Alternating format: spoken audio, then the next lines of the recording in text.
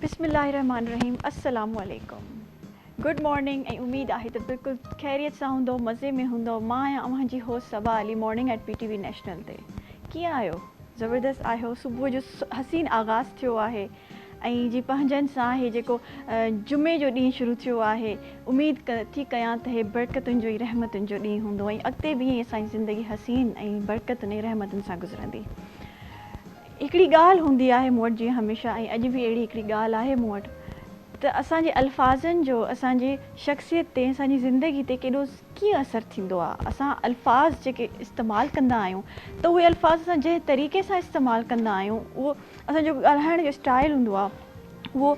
ऐं ॿियो त वरी असांजा जेके अल्फाज़ हूंदा आहिनि, असांजे जेके सर्कल में माण्हू हूंदा आहिनि, जेके असांजी फैमिली में माण्हू हूंदा आहिनि, उन्हनि ते बि वॾो असरअंदाज़ कंदा आहिनि। असांजी ज़िंदगी में असांजी पर्सनैलिटी जेका माण्हुनि जे साम्हूं ईंदी आहे, उहा असांजे अल्फाज़ असां ॿियनि माण्हुनि खे ॿुधाईंदा आहिनि त हे पर्सनैलिटी या हे एज़ अ पर्सन कीअं आहे। सो मुंहिंजा अल्फाज़ अगरि मां अचण सां ई ऐं चवां हाय अस्सलाम वालेकुम, ऐं मतिलबु थोरो रूडली ॻाल्हायां, त पोइ ज़रूरु तव्हांखे उहो लॻंदो त यार हे छोकिरी ॾाढी रूड आहे ऐं हिन जी पर्सनैलिटी थोरी इन क़िस्म जी आहे, त मतिलबु हर कोई घटि माण्हू मूंसां पोइ ॻाल्हाइण ऐं इंटरेक्ट करणु पसंदि कंदा।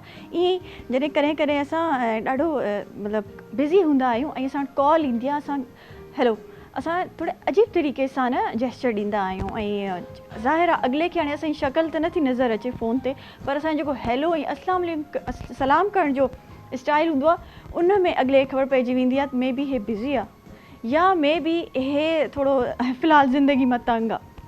सो ईअं ई, या वरी बीमार आहे। अगरि असां बीमार बि हूंदा आहियूं त असांजी फ़ोन ते असांजी अॻिले खे आवाज़ ऐं जेका अल्फाज़ जंहिं तरीक़े सां असां कढंदा आहियूं पंहिंजे वाता, त उहो अॻिले खे ख़बर पइजी वेंदी आहे। ऐं असांजो जेको फ़ोन ते जंहिंसां ॻाल्हाईंदा आहियूं, उहे पुछंदा आहिनि छा तुंहिंजी तबियत ख़राबु आहे या तूं बिज़ी आहे, तूं किथे ॿाहिरि आहे। सो इहे अल्फाज़ हूंदा आहिनि जेके असांजी ज़िंदगी में असांजो जेको रवैयो हूंदो आहे, उहो ॿिए खे ज़ाहिर कंदो आहे त असां आहियूं कीअं ऐं असांजी पर्सनैलिटी कीअं आहे, असांजी तबियत कीअं आहे।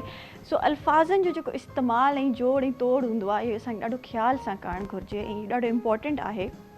त असां स्पेशली जॾहिं इंटरव्यू ॾियणु वेंदा आहियूं त तव्हांखे बि ख़बर हूंदी त असां केतिरो तमीज़ सां ऐं केतिरो पाण खे उन तरीक़े सां पेश कंदा आहियूं त असांखे इहा जॉब मिली वञे।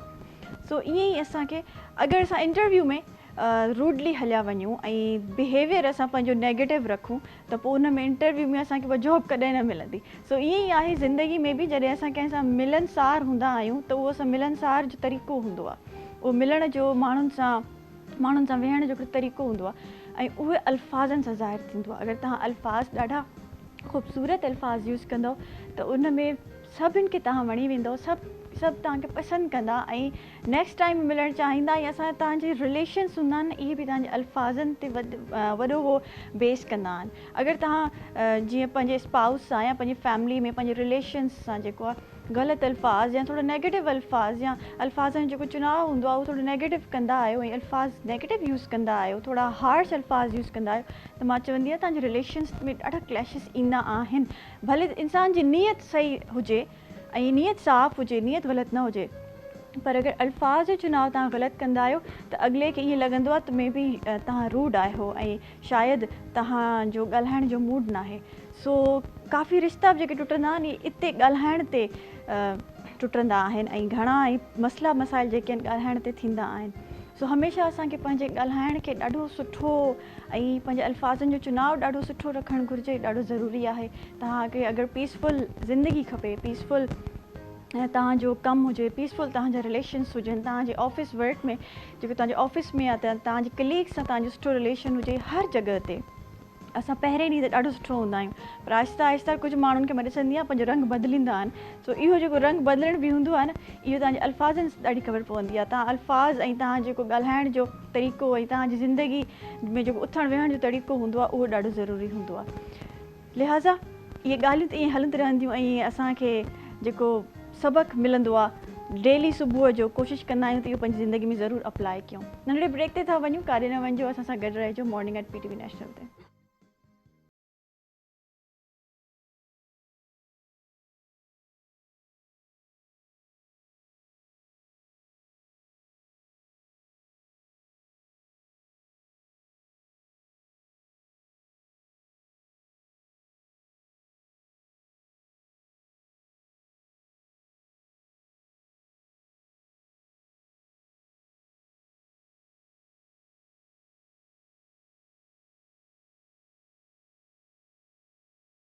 मॉर्निंग एट पीटीवी नेशनल में मां सभिनि खे वरी भलीकार चऊं था। ऐं जी हे ज़बरदस्त कुकिंग सेगमेंट असांजो शुरू थी वियो आहे ऐं असां सां गॾु कुकिंग एक्सपर्ट आहे साइमा। मां उन्हनि खे वेलकम चवंदमि। अस्सलाम वालेकुम साइमा, कीअं आहियो? ठीकु आहियो? मज़े में आहियो? ठीकु ठाक, तव्हां ॿुधायो? अल्हम्दुलिल्लाह ठीकु ठाक। ऐं मज़े में गर्मी में ज़िंदगी गुज़रे थी, पर अल्हम्दुलिल्लाह शुक्र आहे अल्लाह जो। वाकई अल्लाह साईं असां ते रहम करे। गर्मी त ॾाढी आहे, गर्मी ॾाढी आहे, पर पोइ बि अल्लाह साईं ॾे थो, पर हिम्मत ॾे थो। असां खाइण पीअण सां पाण खे थोरो रिफ्रेश रखूं था। ऐं जीअं असां सां जेको हिन कुकिंग सेगमेंट में ताउन करे रहिया आहिनि उहे हबीब कुकिंग ऑयल ऐं हबीब बनास्पति आहिनि। मां हुननि जे बारे में तव्हांखे थोरो ॿुधाईंदी हलां। नेचुरल एडिबल ऑयल सां ठहियलु आहे, सोयाबीन कनोला ऑयल ऐं सनफ्लावर ऑयल सां ठहियलु आहे। ऐं हुन सां गॾु जी Habib cooking oil vital nutritional ingredients सां ठहियो आहे, जेको दिलि जे लाइ ॾाढो मुफ़ीद आहे। हुन सां गॾु वाइटामिन ए, डी एंड ई हिन में शामिल आहिनि। ओमेगा 3 ऐं 6 जेके दिलि जे लाइ ऐं तव्हांजी सिहत लाइ ॾाढा मुफ़ीद आहिनि। कोलेस्ट्रॉल फ्री इहो ऑयल आहे, तॾहिं त चवंदा आहिनि छो जो हीउ दिलि जो मामिलो आहे। ऐं जी हबीब बनास्पति बि असां वटि मौजूदु आहे। हबीब बनास्पति ॾाढो सुठो आहे असांजी सिहत लाइ, असांजी ज़िंदगी लाइ, असांजे खाधनि लाइ।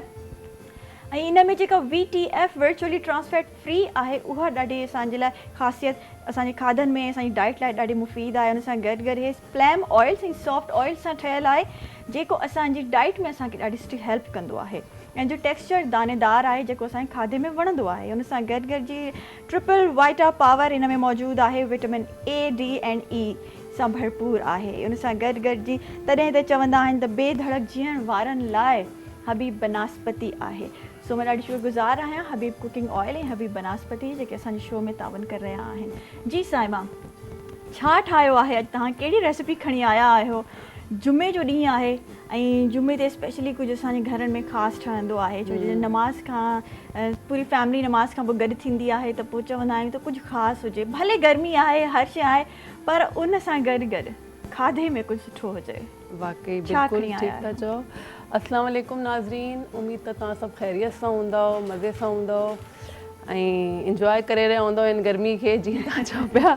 जी, अल्लाह साईं असां सभिनीनि खे हिन गर्मी खां बचाए, पर गर्मी ॾाढी आहे। बिल्कुलु ईअं आहे। गर्मी जे हवाले सां ई मां जेको आहे सो अॼु डिश ठाही आहे, इहा आहिनि चिकन फहीटा राइस। चिकन फहीटा, जेके चिकन फजीता एक्चुअली आम रूटीन में चवंदा आहियूं। हाँ, जल्दी जल्दी में फजीता चवंदा आहियूं, पर बेसिकली फहीटा ई चवंदा आहियूं। प्रोनाउंसिएशन इहो आहे। ये तमामु ईज़ी आहिनि, तमामु जल्दी ठहण वारा आहिनि ऐं इन्हनि में एतिरी का इंग्रेडिएंट्स बि एतिरा न खपनि हिन में असांखे। ऐं इहो असांजो आहे पीच कूलर, असांजी जेका ड्रिंक आहे। अच्छा, तव्हांजी ड्रिंक्स जी मां फैन आहियां। इहे जेके थधा थधा ड्रिंक्स तव्हां असांखे सेखारींदा आहियो ऐं पोइ घर में वञी जेके ठाहींदा आहियूं, पंहिंजा नंबर घर में वधाईंदा आहियूं। हा न, इहो मौसम अहिड़ो आहे न, तव्हां हिन में इन खां सुठो एॾो तव्हां फिज़ी ड्रिंक्स पियो या जंहिंमें प्रिजर्वेटिव हूंदा आहिनि, त उहो इन खां वधीक बहितर आहे त तव्हां जेकी अल्लाह साईं असांखे एतिरा फ्रूट्स ॾिना आहिनि हिन मौसम में, असां उनखे यूटिलाइज़ कयूं, उन सां फ्रेश जूसिस ठाहियूं, उहे असांजे लाइ सुठा आहिनि, ॿारनि लाइ सुठा आहिनि। असांजा जेके वॾा आहिनि घर में, जेके असांजा बुज़ुर्ग आहिनि, छो जो एतिरी गर्मी में उहे वीचारा सफ़ा जेको आहे न उन्हनि जो हालत ख़राब थी वेंदी आहे, त उन्हनि खे असां ठाहे ॾियूं, उन्हनि जे लाइ ॾाढो सुठो आहे। जॾहिं असां चांवर या बिरयानी या चांवरनि में कोई रेसिपी ठाहींदा आहियूं, उन खां पोइ असांखे थधे ड्रिंक्स जी बि ज़रूरत पवंदी आहे। बिल्कुलु। सो हिन रेसिपी ते ईंदासीं, ॿुधाईंदो रेसिपी तव्हांखे। इहो आहे तक़रीबन मां हाफ kg चांवर वरिता, ठीकु आहे, मां हाफ kg जो तव्हांखे रेशो ॿुधायां थी।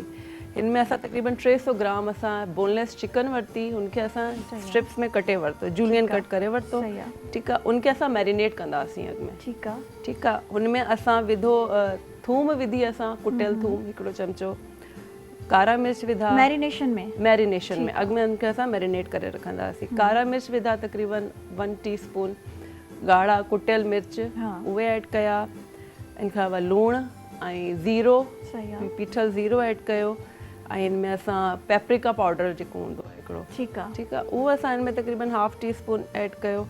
ऐं इन खां अलावा असां हिन में सोया सॉस, सिरको ऐं चिली सॉस, ठीकु आहे, इहे शयूं असां ऐड कयूं। फील थी अचे हिन में न चाइनीज़ टेस्ट, चाइनीज़ ऐं पाकिस्तानी फ्यूजन आहे एक्चुअली, ये मिक्स आहे। हा, थोड़ा ये थोड़ा स्पाइसी हूंदा आहिनि। कुझु माण्हू सिर्फ़ चाइनीज़ न आहिनि पसंदि कंदा, जीअं मूंखे बि एतिरो चाइनीज़ फूड न आहे पसंदि, त उनखे मां अगरि पाण ठाहींदी आहियां, मां थोरो पाकिस्तानी देसी टच ॾींदा आहियूं। हा, त उहे असां ऐड कया थोरो, ऐं तेल थोरा विधो, इनमें असां 2 चमचा तेल विझी करे असां इनखे मैरिनेट करे रखी छॾियो, ठीकु आहे। इहो तव्हां अॻु में बि करे राति जो बि करे रखी सघो था, जीअं तक सुभाणे ठाहिणा आहिनि। ऐं पोइ उनखां पोइ असां ऑयल गरम कयो, उनमें असां उहो चिकन ऐड कई ऐं उनखे असां चङे नमूने भुञी वरितो ताकी चिकन असांजी ॻरी वञे। वरी उनमें हिकिड़ो वॾो बसर उनखे असां जीअं स्लाइस कट कंदा आहियूं उहो असां ऐड कयो, कैप्सिकम तक़रीबन 1 कप कटियल जेका जूलियन कट कैप्सिकम असां ऐड कई, हुनखे असां चङे नमूने थोरो उनमें फ्लेवर अची वञे। उनखां पोइ असां उनमें बॉइल्ड चांवर ऐड कया, चांवरनि खे असां बॉइल करे वरितो, चांवरनि खे बॉइल करे सही आहे, मतलब उन्हनि खे हल्को हल्को जीअं या हॾ हूंदो चांवरनि में फुली बॉइल कंदासीं, फुली बॉइल कंदासीं छो जो इनखे एतिरो दम नाहे ॾिबो। जीअं बिरयानी जो हूंदो आहे न ईअं इनखे दम नाहे, छो जो असांजी जेके वेजिटेबल्स आहिनि न उहे सफ़ा सॉगी थी वेंदियूं। सही आहे, ठीकु आहे, उन्हनि खे थोरो क्रंची हुअणु खपे। त असां जेको आहे सो चांवर फुली बॉइल कया। तव्हां इहे चांवर तव्हां अॻु में बि ठाहे रखी सघो था, कोशिशि कयो त थधा चांवर तव्हां हिन में ऐड कयो, छो जो गरम गरम चांवर ऐड था कयूं न त उन सां वरी उहो मैशी थी वेंदा आहिनि, सॉफ्ट थी वेंदा आहिनि बिल्कुलु, ऐं पोइ खाइण में न वणंदा, इनजी प्रेज़ेंटेशन सुठी न हा प्रेज़ेंट। ऐं जीअं फ्राइड राइस में असां कंदा आहियूं न, फुली बॉइल्ड चांवर हूंदा आहिनि, थोरो थधो कंदा आहियूं, जीअं स्टीम निकिरी वञे पोइ असां ऐड कंदा आहियूं त सुठा लॻंदा आहिनि खिलियल खिलियल। ऐं इहे तव्हां जेके लेफ्ट ओवर चांवर हूंदा आहिनि घर में जीअं बची वेंदा आहिनि अक्सर, अच्छा चांवर असां बॉइल कंदा आहियूं, उन्हनि खे बि असां इस्तेमालु उनखे तव्हां यूटिलाइज़ करे सघो था, ज़रूरी न त तव्हां नवां चांवर जेके आहिनि से मतलब चिकन मैरिनेट तव्हां करे रखी छॾियो, ऐं मैरिनेटेड चिकन तव्हांखे काफ़ी डिशेस में कमु अची वेंदी आहे। सही ॻाल्हि आहे। सो लेफ्ट ओवर चांवर जेके आहिनि अच्छा उनखे तव्हां मिक्स करे ऐं सुठी डिश असां उहो चांवर ऐड कया ऐं थोरो चिकन पाउडर ऐड कयो ऐं उनखे चङे नमूने सां टॉस करे वरितो, मिलाए वरितो त असांजा चांवर रेडी थी विया। सही आहे, जेतिरा खाइणा तव्हांखे उहे ई बसि टॉस करे वरितो ऐं ओतिरा ई बसि गरम करे खाई छॾिया, मतलब हल्को गरम करे खाई वरिता। ई मतलब घणी देर न लॻंदी आहे, तमामु जल्दी ॾाढी इज़ी रेसिपी आहे, एतिरी इज़ी रेसिपी आहे कसम सां। असां वटि काफ़ी अहिड़ी शयूं हूंदियूं आहिनि जेके लेफ्ट ओवर्स हूंदियूं आहिनि जेके वरी असां यूज़ न करे सघंदा आहियूं, त उन्हनि खे असां यूटिलाइज़ करे सघूं था। हिकिड़ी अहिड़ी रेसिपी आहे जेका असांजे ॾाढी कमु अची सघे थी। हा, इनखे अलावा तव्हां जीअं चिकन टिक्का हूंदा आहिनि अक्सर घरनि में असां वठी ॿाहिरि वेंदा आहियूं या ऑर्डर कंदे त बची वेंदा आहिनि, त उन्हनि खे श्रेड करे उन्हनि खे बि तव्हां हिन में यूज़ करे सघो था। उनखे पोइ मैरिनेशन जी ज़रूरत, उनखे मैरिनेशन ऑलरेडी उनखे मसालो लॻल हूंदो आहे, उहे तव्हां ऐड कयो, तव्हां वेजिटेबल्स ऐड कयो, तव्हां हिन में अञा वेरिएशन करे सघो था, तव्हां हिन में गिजर बि विझी सघो था, ठीकु आहे, ये जेको आहे सो जेके तव्हां कैबेज विझी सघो था तव्हां हिन जे अंदरि, तव्हां वटि खोड़ ऑप्शन आहिनि, असां हिन में काफ़ी वेजिटेबल्स बि ऐड करे सघूं था। जेकॾहिं तव्हांखे सुठा लॻंदा वेजिटेबल्स घणा त तव्हां हिन में भली ऐड करे करे ॿार आलू ॾाढो शौक़ सां खाईंदा आहिनि, आलू बि पटाटा तव्हां हिन में फ्राई करे, पटाटनि खे तव्हां फ्राई करे जेकी फ्राइज़ हूंदा आहिनि उहे तव्हां हिन में ऐड कंदा वधीक सुठा लॻंदा। सही आहे, फ्राई करे मतलब जीअं फ्राइज़ ठाहींदा आहियूं ऐं तव्हां उनखे एंड में तव्हां ऐड कंदा, शुरू में न, छो जो वरी सफ़ा नरम थी वेंदा। जिन ते चांवर विझो पोइ उनखां पोइ तव्हां उनखे फ्राइज़ विझी करे थोरी देरि मुश्किल सां 5 मिंट तव्हां दम ते रखो बसि, त जीअं जेकॾहिं तव्हां थधा चांवर आहिनि त उहो थोरा गरम थी वञनि, गरमाइश अची वञे। ज़बरदस्त जी, असांजो फहीटा राइस जेके आहिनि असांजा रेडी थी विया आहिनि ऐं रेडी टू ईट आहिनि, ऐं हीअ असांजो ड्रिंक बि मौजूदु आहे हिते, इन जे बारे में ॿुधाईंदा, हीअ रेसिपी ॿुधाईंदा। इहो आहे पीच कूलर, मां इनखे नालो इहो ॾिनो आहे, एक्चुअली तव्हांजो पंहिंजो नालो इनमें असां बसि जीअं अॼुकल्ह तव्हां ॾिठो त आड़ू आयल आहिनि ॾाढा सुठा, ऐं मतिलबु ऐं ॾाढा सुठा हूंदा आहिनि, मैदे जे लाइ ॾाढा सुठा हूंदा आहिनि, त उहे तव्हां तक़रीबन 2 खनि या 2-3 आड़ू वठो, जेतिरो तव्हांखे ठाहिणो आहे हिसाब सां, ऐं तव्हां उनखे पील करे वठो ऐं उनखे तव्हां क्यूब्स में कट करे ब्लेंडर में विझो, उनमें तव्हां खंडु ऐड कयो, जेकॾहिं तव्हांखे खंडु नाहे विझणी, तव्हां डाइट कॉन्शियस आहियो या डायबिटिक आहियो त तव्हां उनमें ब्राउन शुगर ऐड करे सघो था, ब्राउन शुगर न आहे त तव्हां हनी ऐड करे सघो था, हनी न आहे त तव्हां गुड़ बि ऐड करे सघो था, ठीकु आहे, उहो ऐड करे असां उनमें थोरो कारो लूणु विधो, थोरा जेके हूंदो फूदनो हिन जा पता विधा ऐं इनखे असां चङी, ऐं इनमें असां बर्फ़ ऐं थधो पाणी विझी करे इनखे असां ब्लेंड करे वरितो, ठीकु आहे, त असांजो इहो ड्रिंक तयारु थी वेंदो, तव्हां इनखे गर्मी में पियो, बहितर आहे त इहो तव्हां पियो, इनखां जो तव्हां जेके ॿिया ड्रिंक्स हूंदा आहिनि, फिज़ी ड्रिंक्स हूंदा आहिनि, जेके सॉफ्ट ड्रिंक्स वग़ैरह, इन्हनि खां त माण्हू अवॉइड ई करे, सॼी ज़िंदगी अवॉइड करे, पर गर्मी में त ख़ासि तौर ते चवंदा आहिनि इनखे अवॉइड कजे, कॾहिं कॾहिं माण्हू पी वठे ओकेजनली, ऐं इनमें ऑप्शन आहे त तव्हां जेको आहे इहो पीच तव्हां हाफ इहो खणो ऐं हाफ त इनमें फिज़ी ड्रिंक ऐड कयो, जेकॾहिं तव्हांखे दिलि करे थी त तव्हांजो थोरो हुजे उहो फ्लेवर बि अचे, लेमिनेट वगैरह में लेमिनेट कंदा आहियूं, असां विझंदा आहियूं, त हे असांजो पीच लेमिनेट थी वेंदो, पीच लेमिनेट थी वेंदो, तव्हां इनमें फिज़ी ड्रिंक्स ऐड कयो, पर हो देन एंड देयर पीअण वारो हूंदो, छो जो उनखे घणी देर रखंदा त ख़तम थी वेंदो। सही आहे जी, ज़बरदस्त, असांजी पीच पीच कूलर असांजो रेडी थी वियो आहे ऐं ॾाढो ईज़ी बि आहे। अच्छा, इन जी जॻह ते जेके बि असांजा फ्रूट्स आहिनि, हाणे सीज़नल फ्रूट्स आहिनि, उहे असां यूज़ करे सघूं था। बिल्कुलु। ऐं हिन में असां पीच सां गॾु ॿियो कोई फ्रूट बि ऐड करे सघूं था। तन में अंब ऐड करे सघूं, अंब ऐड करे सघूं था। अच्छा, वेरिएशन त ॾाढी आहे न, मतिलबु फ्रूट्स जे ड्रिंक्स जेके हूंदा आहिनि ॾाढी वेरिएशन आहे। ऐं तव्हां त माशाल्लाह कुकिंग एक्सपर्ट आहियो, तव्हां असांखे मज़ीद इन जे बारे में ॿुधाए सघो था त हिन खे असां अञा कीअं वेरिएशन आणे सघूं था। जीअं वाटरमेलन ऐड करे छॾियो, वाटरमेलन खे न तव्हां अलॻि ई ठाहियो, गिदरो जेको हूंदो आहे उहो असां ऐड करे सघूं था हिन जे अंदरि। हाँ, तव्हां उहो ऐड करे सघो था, मेलन जेको हूंदो आहे खरबूजो, उहो तव्हां ऐड करे सघो था हिन में। बाक़ी जेकी पल्पी हूंदा आहे न, जेकी पल्पी फ्रूट्स हूंदा आहिनि, जिन्हनि जो जेको गुदो हूंदो आहे ॾाढो सॉफ्ट हूंदो आहे, उहो तव्हां हिन में ऐड कयो। हार्ड फ्रूट हिन में तव्हां ऐड न कयो। चीकू ऐड करे सघूं था हिन में। मतिलबु मां हींअर थोरी क्रिएटिव लॻी पई आहियां। चीकू जो थोरो टेस्ट थोरो न। अच्छा, चीकू जो असां कोई अहिड़ो कूलिंग ड्रिंक ठाहे सघूं था? चीकू भी आई थिंक हाणे सीजनल आयल आहे। शेक ई ठहंदो आहे चीकू जो। घणो कर तव्हां मिल्क शेक ठाहियो या तव्हां जी आइसक्रीम ठाहियो। छो जो चीकू तमामु घटि माण्हू जी आइसक्रीम ठहंदी आहे। चीकू जी आइसक्रीम ठहंदी आहे। सही आहे, ठीकु आहे जी, ज़बरदस्त। हे असांजो कूलिंग ड्रिंक्स बि ऐं असांजो राइस में हिकिड़ी ज़बरदस्त फहीता राइस असांखे सेखारिया तव्हां। Thank you so much Saima, ॾाढी ज़बरदस्त रेसिपीज़ तव्हां हमेशह जॾहिं बि ईंदा आहियो खणी ईंदा आहियो ऐं घर वञी मां ज़रूरु इहे इस्तेमालु बि कंदी आहियां, ठाहींदी बि आहियां। नाज़रीन, हिते थी वियो नंढे ब्रेक जो टाइम, काॾे न वञिजो, असां सां गॾु रहिजो मॉर्निंग एट PTV नेशनल में।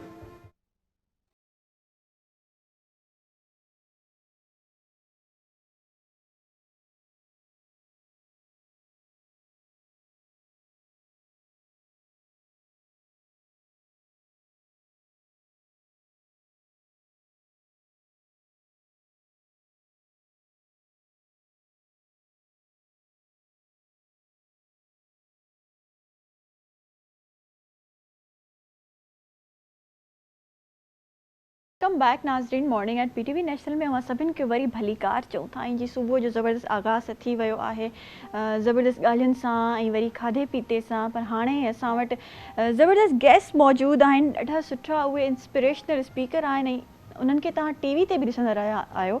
होस्ट पाण ॾाढा सुठा आहिनि। सो मां उन्हनि खे वेलकम चवंदमि। अवैस रब्बानी साहब, अस्सलाम वालेकुम सर। अस्सलाम वालेकुम। कैसे हैं आप? अल्हम्दुलिल्लाह। और गर्मी से बचे हैं या गर्मी का शिकार हो गए हैं? गर्मी का असर पूरे पाकिस्तान में बल्कि दुनिया भर में हो रहा है, मगर ये कि इसको पॉजिटिवली यूटिलाइज करने की कोशिश कर रहे हैं। बहुत ज़बरदस्त। और यही आपसे हमें जो है मोटिवेशन मिलती है आपसे बात करके, तभी मैंने आपसे पूछा कि गर्मी में क्या हाल है आपका। अच्छा, हमारा आज का टॉपिक भी यही है कि सोच जो है हमारी ज़िंदगी को कैसे असरअंदाज करती है। हमारी सोच पे बहुत चीज़ें ऐसी आ रही होती हैं, जैसे अभी गर्मी बहुत शदीद आई हुई है, उसका भी हमारी सोच पे असरअंदाज होता है। और फिर उसके बाद हमारी ज़िंदगी पे, हमारे रिलेशंस पे जाके वो पड़ती है, हर चीज़ हमारे काम पे अफेक्ट करती है। उसके बारे में बताएं। बिल्कुल, बहुत अच्छा आज आपका मौजू है कि जो हमारे ख़यालात हैं, सोच है, उसके असरात क्या क्या पड़ते हैं। इंसान असल में अगर पूछे मुझसे तो सिर्फ़ और सिर्फ सोच का मजमूआ है। यानी हड्डी खाल, ठीक है, ज़ाहिरी तौर पे लोगों के फ़ीचर्स अलग होते हैं, मगर उसकी शनाख्त उसकी सोच है। हज़रत अली करमल्लाहु वजह का बड़ा अजीम कॉल है, बहुत वैल्यूबल और रेलेवेंट है इससे, कि तुम्हारा असल कद तुम्हारी सोच की बुलंदी है। तुम कितना अच्छा और कितना ऊंचा सोच सकते हो, ये बताएगा कि तुम कितने कदावर शख्सियत हो, कितनी मजबूत शख्सियत हो। हमारी तरबियत तालीम जिस्म की नहीं होती, यानी ये तो ट्रेनिंग जानवरों की भी हो सकती है। आपने देखा होगा पैट्स को भी ट्रेन करते हैं, ऐसे ही है। असल तालीम और तरबियत हमारी सोच की होती है, तख़य्युल की होती है, ख़यालात की होती है, हमारे गुमान की होती है, हमारे विजन की होती है, नज़रियात की होती है। मजबूत इंसान और कमज़ोर इंसान में यही फ़र्क होता है। कमज़ोर इंसान को हालात और हाल की सोच और लोगों के तासुरात या लोगों के कमेंट्स या उनकी तनकीद बदल देते हैं। भाई आप ऐसे क्यों हो गए, लोग बहुत कह रहे थे ऐसा कर लो तो मैंने ऐसा कर लिया। अच्छा। कल आप ऐसे क्यों हो गए, लोगों का ख्याल था। वो सब कुछ लोगों के ख्याल पे चलता होता है। ये कमज़ोर इंसान होता है। और जो मजबूत इंसान होता है वो अपनी सोच से लोगों के ख्याल बदल देता है। वो ट्रेंड सेटर बन जाता है।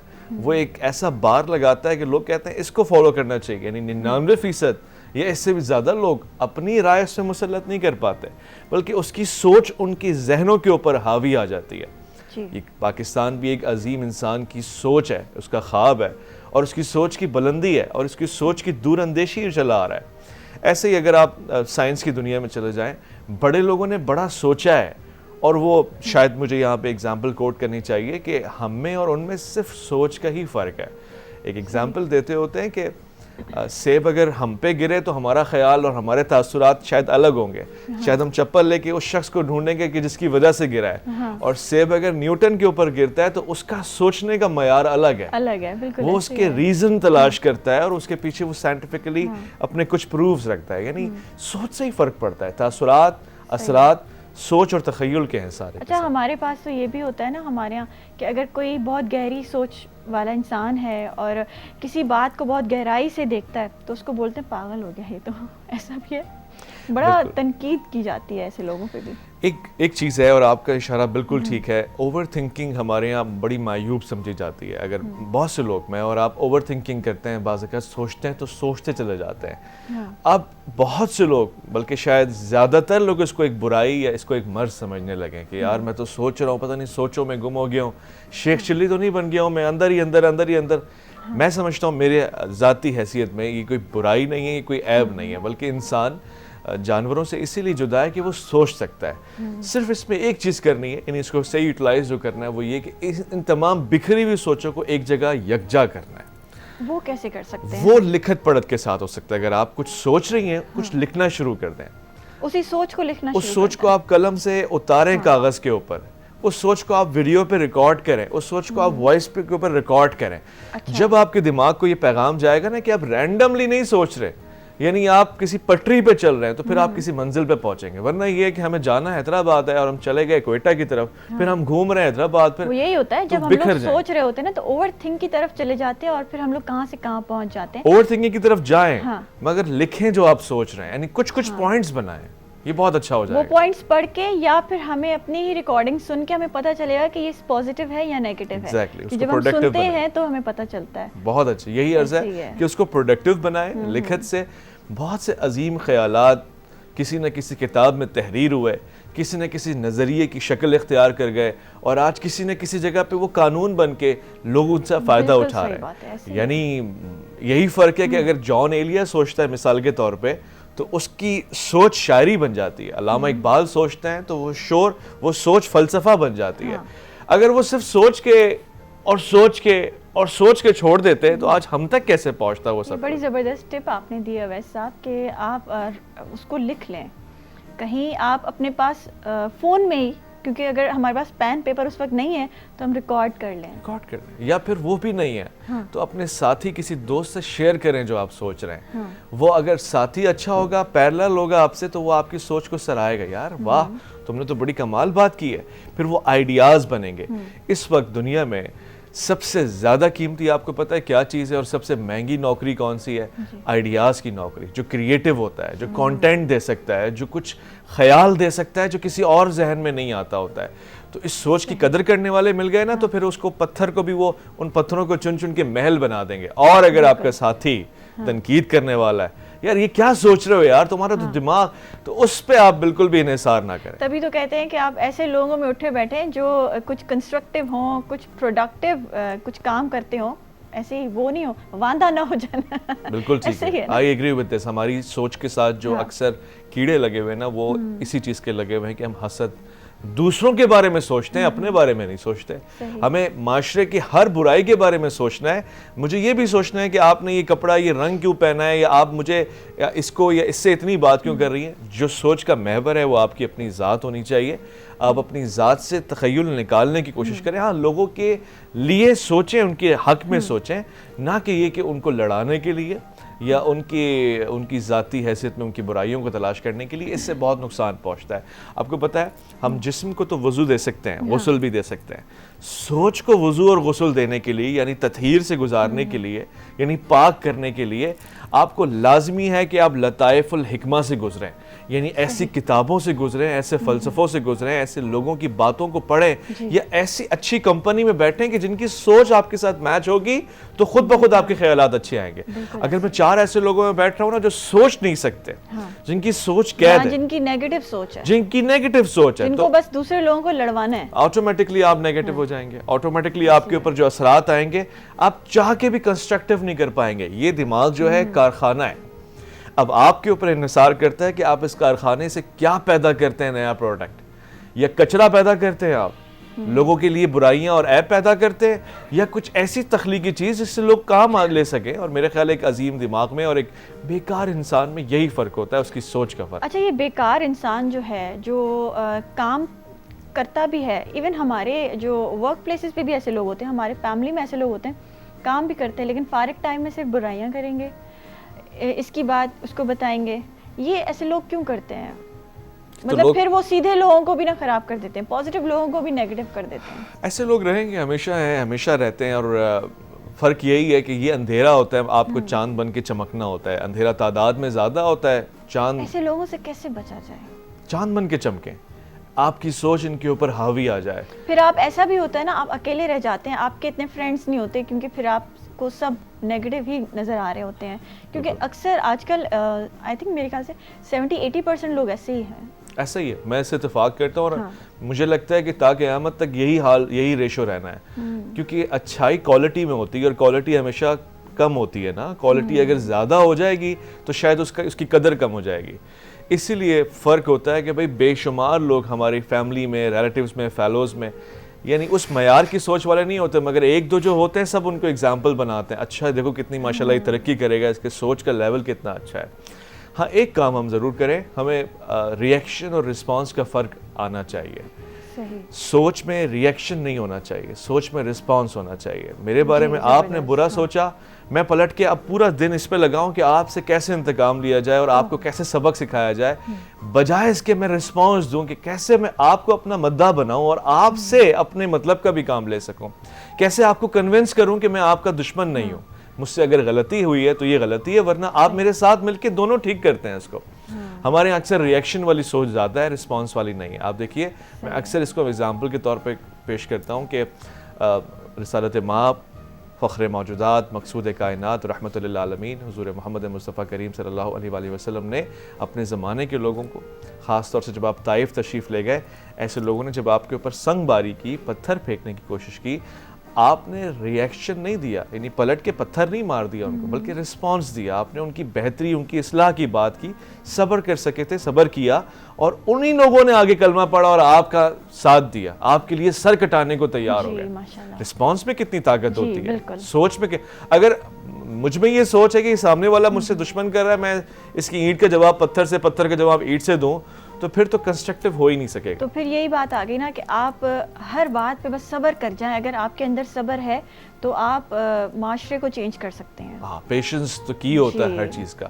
और पेशेंस इसीलिए होता है क्योंकि पेशेंस में आप सोचते हैं, तदबीर करते हैं, हाँ, आप तफक्कुर करते हैं। सोच से शुरू होता है। सोच से शुरू होता है। नहीं, पहला तो आपका स्टेप ये होता है कि मैंने इस पर वार नहीं करना है, बल्कि मैंने तरतीब बनानी है कि मैं इसको अपना कैसे बना सकता हूँ या फिर इससे दूर कैसे हो सकता हूँ। सही। अच्छा वैसे साहब, हमारे ज़िंदगी का तो ये एक समझें ऐसे है, एक सिलसिला है कि आप जब खुश हैं लेकिन फिर आप पे मुश्किलात भी आएंगी, ये अप्स एंड डाउन्स आते रहेंगे। लेकिन मुश्किलात में हमारी सोच बहुत नेगेटिव हो जाती है और हमारी जो डिसीजन मेकिंग पावर है वो कहीं हमसे ख़त्म हो जाती है।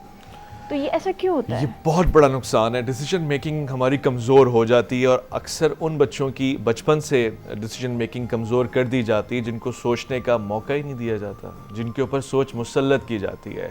हमारे यहाँ देखें ना, अगर मैं आपसे कहूँ, मैं अपने रिश्तेदारों से कि आपका बच्चा अच्छा क्या बनेगा बड़े होके, तो माँ बाप ने ऑलरेडी डिसाइड किया हुआ वो क्या बनेगा।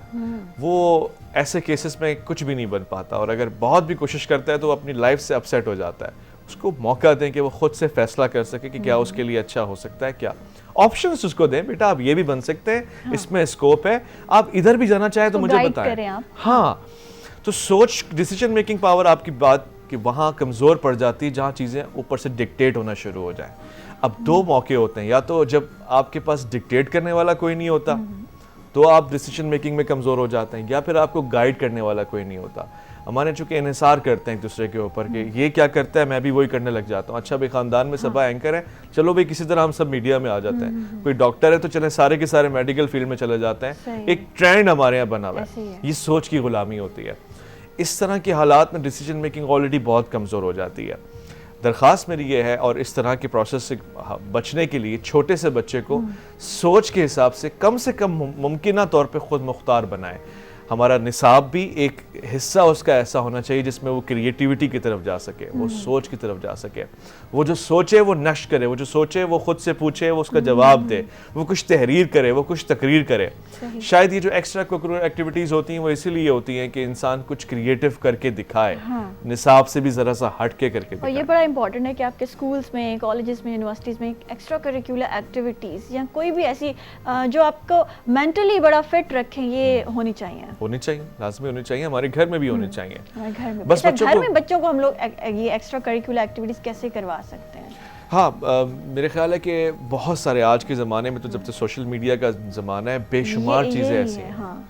उसको महदूद रखते हुए आप जितना आइडिया और क्रिएटिविटी की तरफ ला सकते हैं, शायद ही किसी ज़माने में इतना मौका मिला हो। आजकल हमारे यहाँ बचपन से बच्चे को कार्टून दिखाया जाता है, उसका दिमाग उस पैटर्न पे चल जाता है, तो आप देखें कि वो फिर उसके नताइज इतने सॉलिड नहीं आते जितने आ सकते हैं। अगर बचपन से उसको कुछ हीरोज़ दिखाई जाएं जो रियल लाइफ में प्रैक्टिकल हीरोज़ होते हैं, तो वो खुद अपनी सोच को वहीं सेट करता है। सोच जो होता है, पुराने ज़माने में जो दाड़ियल होते थे या डकैत, वो एक रस्सी बांध के हुक लगा के एक समझ लें, बल्कि हमारे तो सुना था कि वो गो नहीं होती है, एक जानवर होता है, उसको बांध के फेंकते तो उसका ग्रिप बहुत स्ट्रांग होता था। तो जब वो किसी ऊंची जगह पे फेंकते थे, उसका ग्रिप स्ट्रांग होता था, वो उसके ज़रिए चढ़ते थे और फिर वो अटैक करते थे। ये है सोच। अगर बचपन से अच्छे रोल मॉडल्स उनको दिखाएंगे तो वो ग्रिप बहुत स्ट्रांग जगह पे लगाएंगे, वरना वो अपने हम असर लोगों में लगाएंगे तो फिर वो इतनी ऊंची फ्लाई नहीं कर पाएंगे। सही। अच्छा, पॉजिटिव और नेगेटिव सोच आपकी हेल्थ पे, चाहे वो फिजिकल हो, मेंटल हो, बड़ा असरअंदाज होती है। और जब हम लोग फिजिकली या मेंटली जब बिल्कुल इलनेस की तरफ चले जाते हैं, सिक हो जाते हैं, बीमार हो जाते हैं, तो हम बैठ जाते हैं, फिर हम कोई काम नहीं होता हमसे, चाहे फिर वो हमारी वर्क प्लेस पे या फिर हमारे रिलेशंस भी अफेक्ट होते हैं। इससे कैसे बचा जाए कि हमारी फिजिकल हेल्थ ख़राब ना हो हमारी नेगेटिव सोच की वजह से? सोच से जितना इंसान की सेहत पे असर पड़ता है, अब शायद ही इसकी कोई मिसाल दूसरी हो। यानी अगर मैं कहूँ कि दवा भी इतना असर नहीं रखती जितनी सोच असर रखती है। मैं अगर सुबह शाम स्ट्रेस की एक किस्म होती है, स्ट्रेस ले रहा हूँ, नेगेटिव स्ट्रेस ले रहा हूँ, तो आप देखिएगा मेरे आसाब कमज़ोर हो जाते हैं, मेरा सोचने समझने का, फिर मेरी स्किन के ऊपर उसके असरात नज़र आएंगे आपको, मेरे बालों के ऊपर उसके रंग, उसका तगय्युर चेंज हो जाएगा, मेरी आँखों के ऊपर, यानी तमाम ये जो बॉडी फीचर्स हैं ये उसका इम्पैक्ट लेते हैं। और इसके बिल्कुल बरक्स अगर मैं बहुत पॉजिटिव सोच रहा हूँ या फिर मैं अपनी सोच को बचा के रख रहा हूँ, मैं हर लम्हा खुशगवार गुजार रहा हूँ, मुझे में हंसने का और महसूस करने का फ़न आ गया है, तो ना सिर्फ मैं अपनी सेहत को खुशगवार रख सकता हूँ, मैं अपने आसपास के लोगों की सेहत को खुशगवार रख सकता हूँ। अच्छा, मुझे ऐसा लगता है कि हम लोग अगर जल्दी एज कर रहे होते हैं, एजिंग की तरफ जा रहे होते हैं, तो वो भी शायद हमारी सोच का बड़ा वो 100% सही लगता है आपको। यानी ये जो हमारी मेंटल ग्रोथ है, यही हमारी फिजिकल ग्रोथ के ऊपर रिलाय करती है, जिसको कुछ लोग कहते हैं ना age is just a number, और वो जिंदगी एंजॉय करते हैं तो वो बड़े खुश और बड़े फिट भी होते हैं। ऐसा ही है। बल्कि अगर मुमकिन होता मैं आपसे यहाँ एक थेरेपी करवाता। बेशुमार ऐसी थेरेपीज हैं जो हमारे यहाँ यानी एज अ साइंस इंट्रोड्यूस करवाई गई हैं, जिससे आप आपकी सोच को खुशगवार बना सकते हैं। मैं इसकी मिसाल ऐसे देता हूँ कि एक कमरे में ठंडा कमरा है, एसी लगा हुआ है, खुशगवार माहौल है, आसपास कुछ ग्रीनरी टाइप की चीज़ रखी हुई है, अच्छी पेंटिंग्स रखी हुई हैं, सॉफ्ट सी हर चीज़ का कलर है। ये तमाम चीज़ें एक इंसान को अच्छा सोचने के ऊपर और फिर अच्छा नतीजा निकालने के ऊपर पुश करेंगे, एक्सेलरेट करेंगे। इसके बिल्कुल बरक्स वो इंसान सहरा में है, गर्मी से हालत ख़राब हो रही है, पानी पीने को नहीं है, आसपास आपको कुछ मज़ेदार नज़र नहीं आ रहा, आप कभी भी तवक्को ना रखें कि उसकी सोच से कुछ इस वक्त कोई काम की चीज़ निकल आएगी, वो अपनी नेगेटिव स्ट्रेस में ही पूरा हो जाएगा। बिल्कुल ऐसे ही है। तो अक्सर लोग जो अच्छा लिखते होते हैं वो आपने देखा है कि नेचर की तरफ जाते हैं, खुशगवार माहौल की तरफ जाते हैं। सराउंडिंग का बहुत असर पड़ता है सोच के ऊपर, माहौल का बहुत असर पड़ता है, फिर उनका असर आपकी सेहत के ऊपर पड़ता है। जो लोग जवान रहते हैं अक्सर बड़ी उम्र में भी, वो मेरे ख्याल है बहुत ज़्यादा काम करते हैं कॉस्मेटिक सर्जरी के अलावा अपनी सोच के ऊपर, और वो कोशिश करते हैं कि वो स्ट्रेस ना लें, वो कोशिश करते हैं कि वो इतनी सख्त गुफ्तगू ना करें किसी से, ताकि उनकी एज मेंटेन रह सके। और ऐसे लोग मैंने तकरीबन काइंड और बड़े पोलाइट देखे हैं, जो बड़े फिट भी रहते हैं, वो बड़े काइंड भी होते हैं। अच्छा, कहा जाता है कि हमारे जो अल्फाज का चुनाव होता है उनका भी हमारी लाइफ पे बड़ा असरअंदाज होता है, हमारे अल्फाज। तो इस पे बताएं मुझे। 100%। अब तो ये थेरेपी है, बल्कि साइंस ने इसको एग्जामिन भी किया है, प्रैक्टिकल भी किया है। जापान में बाकायदा इस पर रिसर्च हुई है। हम जो अल्फाज बोलते हैं, बल्कि एक रिसर्च का शॉर्ट अगर मैं आपसे कंसाइज जिक्र करूं तो पानी के ऊपर भी रिसर्च की है, और कुछ कलिमात, कुछ जुमले जो कि नेगेटिव हैं, अब्यूसिव वर्ड्स हैं, जब वो पढ़ के फूंके गए तो मॉलिक्यूल्स के अंदर केमिकल कंपोजिशन उनकी चेंज होती हुई देखी गई। रिसर्च ही रही साबित किया। इसके बिल्कुल बरक्स से कुछ अच्छे कलिमात बोले गए, कुछ मजहबी कलिमात बोले गए, या कुछ ऐसे अच्छे अल्फाज इस्तेमाल किए गए जिनका इंसान को सुन के भी असर अच्छा आता है। तो उन मॉलिक्यूल्स के ऊपर भी और उनकी केमिकल कंपोजिशन के ऊपर भी बहुत पॉजिटिव इफेक्ट आया, इम्पैक्ट आया।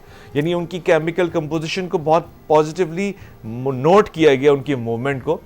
तो अगर पानी के ऊपर उसके असरात पड़ते हैं, हवा के ऊपर उसके असरात पड़ते हैं, बल्कि आपको हैरानगी होगी कि इस दुनिया में एक ऐसी सरजमीन है, एक ऐसा खित्ता है, एक जंगल है कि जहाँ लोग जब किसी दरख्त को काटने के लिए इरादा करते हैं तो कोई आरी इस्तेमाल नहीं करते, कोई ब्लेड इस्तेमाल नहीं करते। Seriously? वो ग्रोह बना के उस दरख्त के आसपास बैठ जाते हैं और उस दरख्त को बुरा भला कहना शुरू कर देते हैं। Oh my God. और आपको हैरानगी होगी कि उसी अल्फाज के असर की बदौलत एक वक्त ऐसा आता है महदूद टाइम में कि वो दरख्त झुक जाता है, वो गिर जाता है, वो कमज़ोर पड़ जाता है, वो कट जाता है। यानी अल्फाज का असर अगर दरख्तों के ऊपर पड़ रहा है, पानी के ऊपर पड़ रहा है, तो इंसान के ऊपर क्यों नहीं पड़ेगा? अल्फाज का चुनाव हमेशा बहुत मोहतात होकर करें। आपको इस अपनी शख्सियत में भी पुरकैफ ख़यालात नज़र आएंगे, महसूस होगा कि मैं जो बोल रहा हूँ मेरे उस पर क्या असरात हैं, और दूसरे के ऊपर भी आपको बहुत संजीदा होना पड़ेगा। मैं बहुत से ऐसे अल्फाज गैर मोहतात इस्तेमाल कर जाता हूँ जिसके ज़ू माने होते हैं, तो मुझे उसका खुमियाजा भुगतना पड़ेगा। हमारे बच्चे, हमारे आसपास के लोग उसको सीख रहे होते हैं, वो ट्रेंड बन जाता है। बहुत से गाने ऐसे होते हैं जो आपने ऐसी बेख्याली में गा दी, अब वो ट्रेंड बन के चल रहे हैं। वो अल्फाज कल को आपके बच्चे आपसे पूछेंगे इसके माने क्या हैं, ये क्यों इस्तेमाल होता है। बहुत से स्लैंग वर्ड्स हैं जो बड़े बड़े लोगों ने अब इस्तेमाल करना शुरू कर दिए हैं, जो कभी भी हमारे माशरे का हिस्सा नहीं थे, स्टैंडर्ड नहीं थे, मगर चूंकि अब वो आपने चुनाव किया या किसी बड़ी शख्सियत ने वो छोटा लफ्ज़ कह दिया, तो उस लफ्ज़ की कदर कीमत बढ़ गई, उसका इस्तेमाल बढ़ गया। तो चुनाव के हिसाब से तो हमें बहुत मोहतात होना पड़ता है। अच्छा, सोच हमारी सेल्फ इस्टीम और सेल्फ वर्थ को डिफाइन करता है, तो उसको आप कैसे डिफाइन करेंगे, कैसे बताएं? सोच हमारी हर चीज़ को डिफाइन करती है। सोच के दायरे से आप कभी भी बाहर निकल ही नहीं सकते। हमारे पास अब्राहम मैस्लो की एक थ्योरी होती है जिसमें उसने हायरार्की ऑफ नीड्स बयान की हैं कि भाई सबसे पहले इंसान, मैं मिसाल दे रहा हूँ अपनी आम ज़ुबान में, कि उसकी कुछ सोशल नीड्स हैं, कुछ साइकोलॉजिकल नीड्स हैं, कुछ सेफ्टी नीड्स हैं। वो चाहता है कि मैं जहाँ काम करूँ वहाँ महफूज हूँ, मेरी जहनी तौर से मुझे एक इत्मीनान हो, एक सुकून हो, मैं वहाँ से अच्छे पैसे उठा रहा हूँ, मैं आऊँ तो लोग मुझे सलाम दुआ करें, ना कि एक पॉलिटिकल माहौल वहाँ पे खड़ा हो नेगेटिव, जो मेरे ऊपर उसके असरात बहुत गंदे पड़ रहे हों। इन तमाम चीज़ों से निकल के वो कहता है सबसे टॉप लाइन जो है वो सेल्फ एक्चुअलाइजेशन है। यानी जब इंसान इन तमाम चीज़ों से बिल्कुल फ्री हो जाता है और वो अपनी सोच के मयार को फॉलो करता है कि मैं अब इन नीड्स का रिक्वायरमेंट मेरे पास नहीं है, मोहताज नहीं हूँ, मैं अपने आप के अंदर इतना डूब गया हूँ और अपनी ज़ात को इतना पहचान लिया है कि मेरी सोच मेरा मयार है। बहुत से लोगों की ग़िज़ा सोच होती है। बहुत से लोग आपने देखा होगा जब कोई अजीम आदमी कोई बड़ा काम कर रहा होता है, अब उसको खाने की परवाह नहीं रहती है, ऐसे ही है। उसका निवाला सोच के वो अजीम जुमले होते हैं जो उसका न सिर्फ पेट भर रहे होते हैं बल्कि उसके दिल को भी एक ठंडक, एक खुशी महसूस करवा रहे होते हैं, जिससे उसकी न्यूट्रिशन खुद ब खुद हो रही होती है और वो उससे पॉजिटिविटी मिल रही होती है। तो पॉजिटिविटी भी कुछ लोगों की बड़ी खुराक होती है कि आप उसमें से कुछ सीख रहे हैं, कुछ प्रोडक्टिव कर रहे हैं, तो वो भी आपकी खुराक है। एक बहुत अच्छा कोट मैं नकल करना चाहता हूँ अरबी में, अन्नल कुलूब तमलाउ कमा तमलाल अबदान। ये जो दिल है ना, ये बिल्कुल वैसे ही थक जाते हैं जैसे कि बॉडी थक जाती है, जिस्म थक जाते हैं। तो अगर जिस्म थक जाता है हम क्या करते हैं? कोई दवा निकालते हैं, कोई ऐसी चीज़ जिससे हमारे जिस्म में रेस्ट आए। तो फरमाया गया है कि दिल के लिए भी फ़ब्तगू लहा लताइफ़ल हिकमा, दिल के लिए भी अच्छे ख़यालात, दिमाग के लिए भी अच्छे थॉट्स, ये फ्रेश करते हैं इंसान। ये तलाश करें आसपास, ये बॉडी को नहीं, दिल को और सुकून और आपके इनर सेल्फ को रेस्ट भी देते हैं और पोटेंशियल भी देते हैं। अच्छा, शुक्रगुजारी भी बड़ी इंपॉर्टेंट होती है हमारी लाइफ में, और हम बच्चों को शुरू से ही, जैसे हम लोग हमारी फैमिली में जब हमारी अपब्रिंगिंग हो रही होती है, तो शुक्रगुजारी भी आपकी सोच को बड़ा चेंज करती है। अगर आपके पास इतना आप नहीं हैं वेल बीइंग आपकी इतनी अच्छी नहीं है, आप फैमिली में जैसे कितनी इन्फ्लेशन है अब दुनिया में, तो कुछ लोग इतना अच्छा नहीं भी खा सकते, लेकिन देख के फिर वो इन्फ्लुएंस हो रहे होते हैं, तो उस चीज़ से बचाना और शुक्रगुजारी में रहना ये भी बड़ा ज़रूरी है। 100%। अब अगर हम सोच से आगे निकले और कहें कि सोच को पॉजिटिव कैसे बनाया जाता है, तो मैं पहली मेडिसिन जो आपको रेकमेंड करूंगा वो ये है कि बीइंग थैंकफुलनेस, शुक्रगुजारी। अगर आपकी सोच में शुक्र आ चुकी है, एक्सेप्ट हो चुकी है, एडमिट हो चुकी है, एक्नॉलेज हो चुकी है, तो फिर आपसे ज़्यादा खुश मिजाज आदमी नहीं होगा। देखिए ना, हमारे ये एयर कंडीशन तो आज नए ज़माने की ईजाद है कि इससे पहले लोग गर्मी में नहीं रहते थे। बिल्कुल। गालिबन 60s का रिकॉर्ड है, पाकिस्तान में 61 टेम्परेचर तक गया है एक शहर में, मुल्तान में। यानी आज तो गर्मी है मगर अल्लाह बचाए 61 टेम्परेचर बहुत ज़्यादा होता है। बहुत ज़्यादा है। मगर कहने का मकसद ये कि जब ये फैसिलिटीज़ नहीं थी तब भी तो लोग सरवाइव कर रहे थे, लोग जीते थे, बैठते थे। पंखा भी बाद में आया है, लोग हाथों से पंखा करते थे। बिल्कुल ऐसे ही है। बड़े बड़े बादशाहों के पास ये एसी नहीं था, ये फैंस नहीं थे, मगर क्या है, क्योंकि उन्होंने अपने आप को अपने ज़माने के हिसाब से अपग्रेड रखा हुआ था, उस हिसाब से वो मुतशक्किर थे, शुक्रगुजार थे। अगर वो नेगेटिव सोचते हैं कि भाई हम तो कंपेयर करने लगे अगले ज़माने से, अगर उनको पता लग जाता वो तो ये सोच के ही मर जाते कि हम तो गर्मी में मर गए। लोग, मैं कहती हूँ यही जो पीछे जा रहे हैं ना, जो लोग तरक्की नहीं कर पा रहे, वो कंपेयर करते हैं, वो दूसरे से इतना इन्फ्लुएंस हो जाते हैं। स्पेशली हमारे पास ये जो फ़ोन आ गया है, हम किसी की फेक लाइफ से इतना इन्फ्लुएंस हो जाते हैं कि हम फिर कंपैरिजन में ही पीछे रह जाते हैं। बाबा आप शुक्र करो, मैं कहता हूँ कि अकबर बादशाह के ज़माने में अकबर बादशाह का जो प्रोटोकॉल होता होगा ना, जो उसको इतने बड़े बादशाह और राज में एक हैसियत हासिल थी, वो आपको मुझको एक नॉर्मल इंसान को हासिल है। वो अगर कहीं जाता था तो उसके पास घोड़े होते थे, कितने तेज रफ्तार घोड़े होते होंगे, मैक्सिमम कितने होते होंगे, घोड़ा फिर भी घोड़ा है। हमारे यहाँ तो एक आम आदमी के पास भी 150, 125, 100 गाड़ी होती है, बाइक होती है, वो उससे तेज चला जाता है। यानी आप अकबर बादशाह भी ज़्यादा स्पीड रखते हैं। फिर वो कहीं बैठता होगा तो दो लोग यूं पंखा हिलाते होंगे, तब भी कितनी हवा आती होगी गर्मियों में।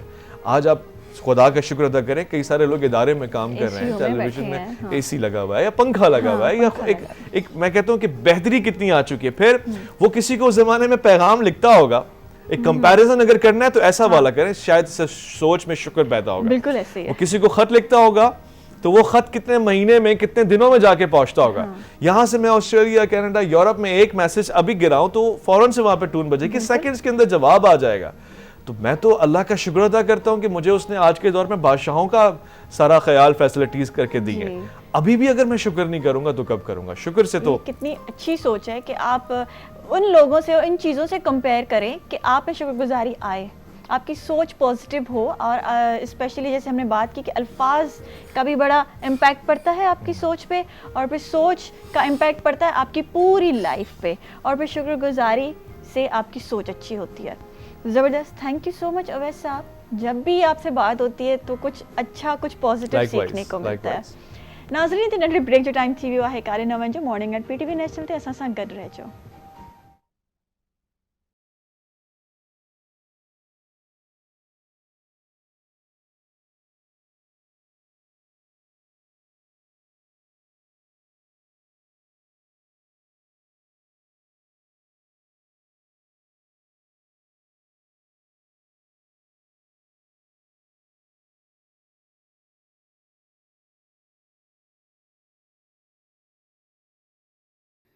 मुझे इश्क जोया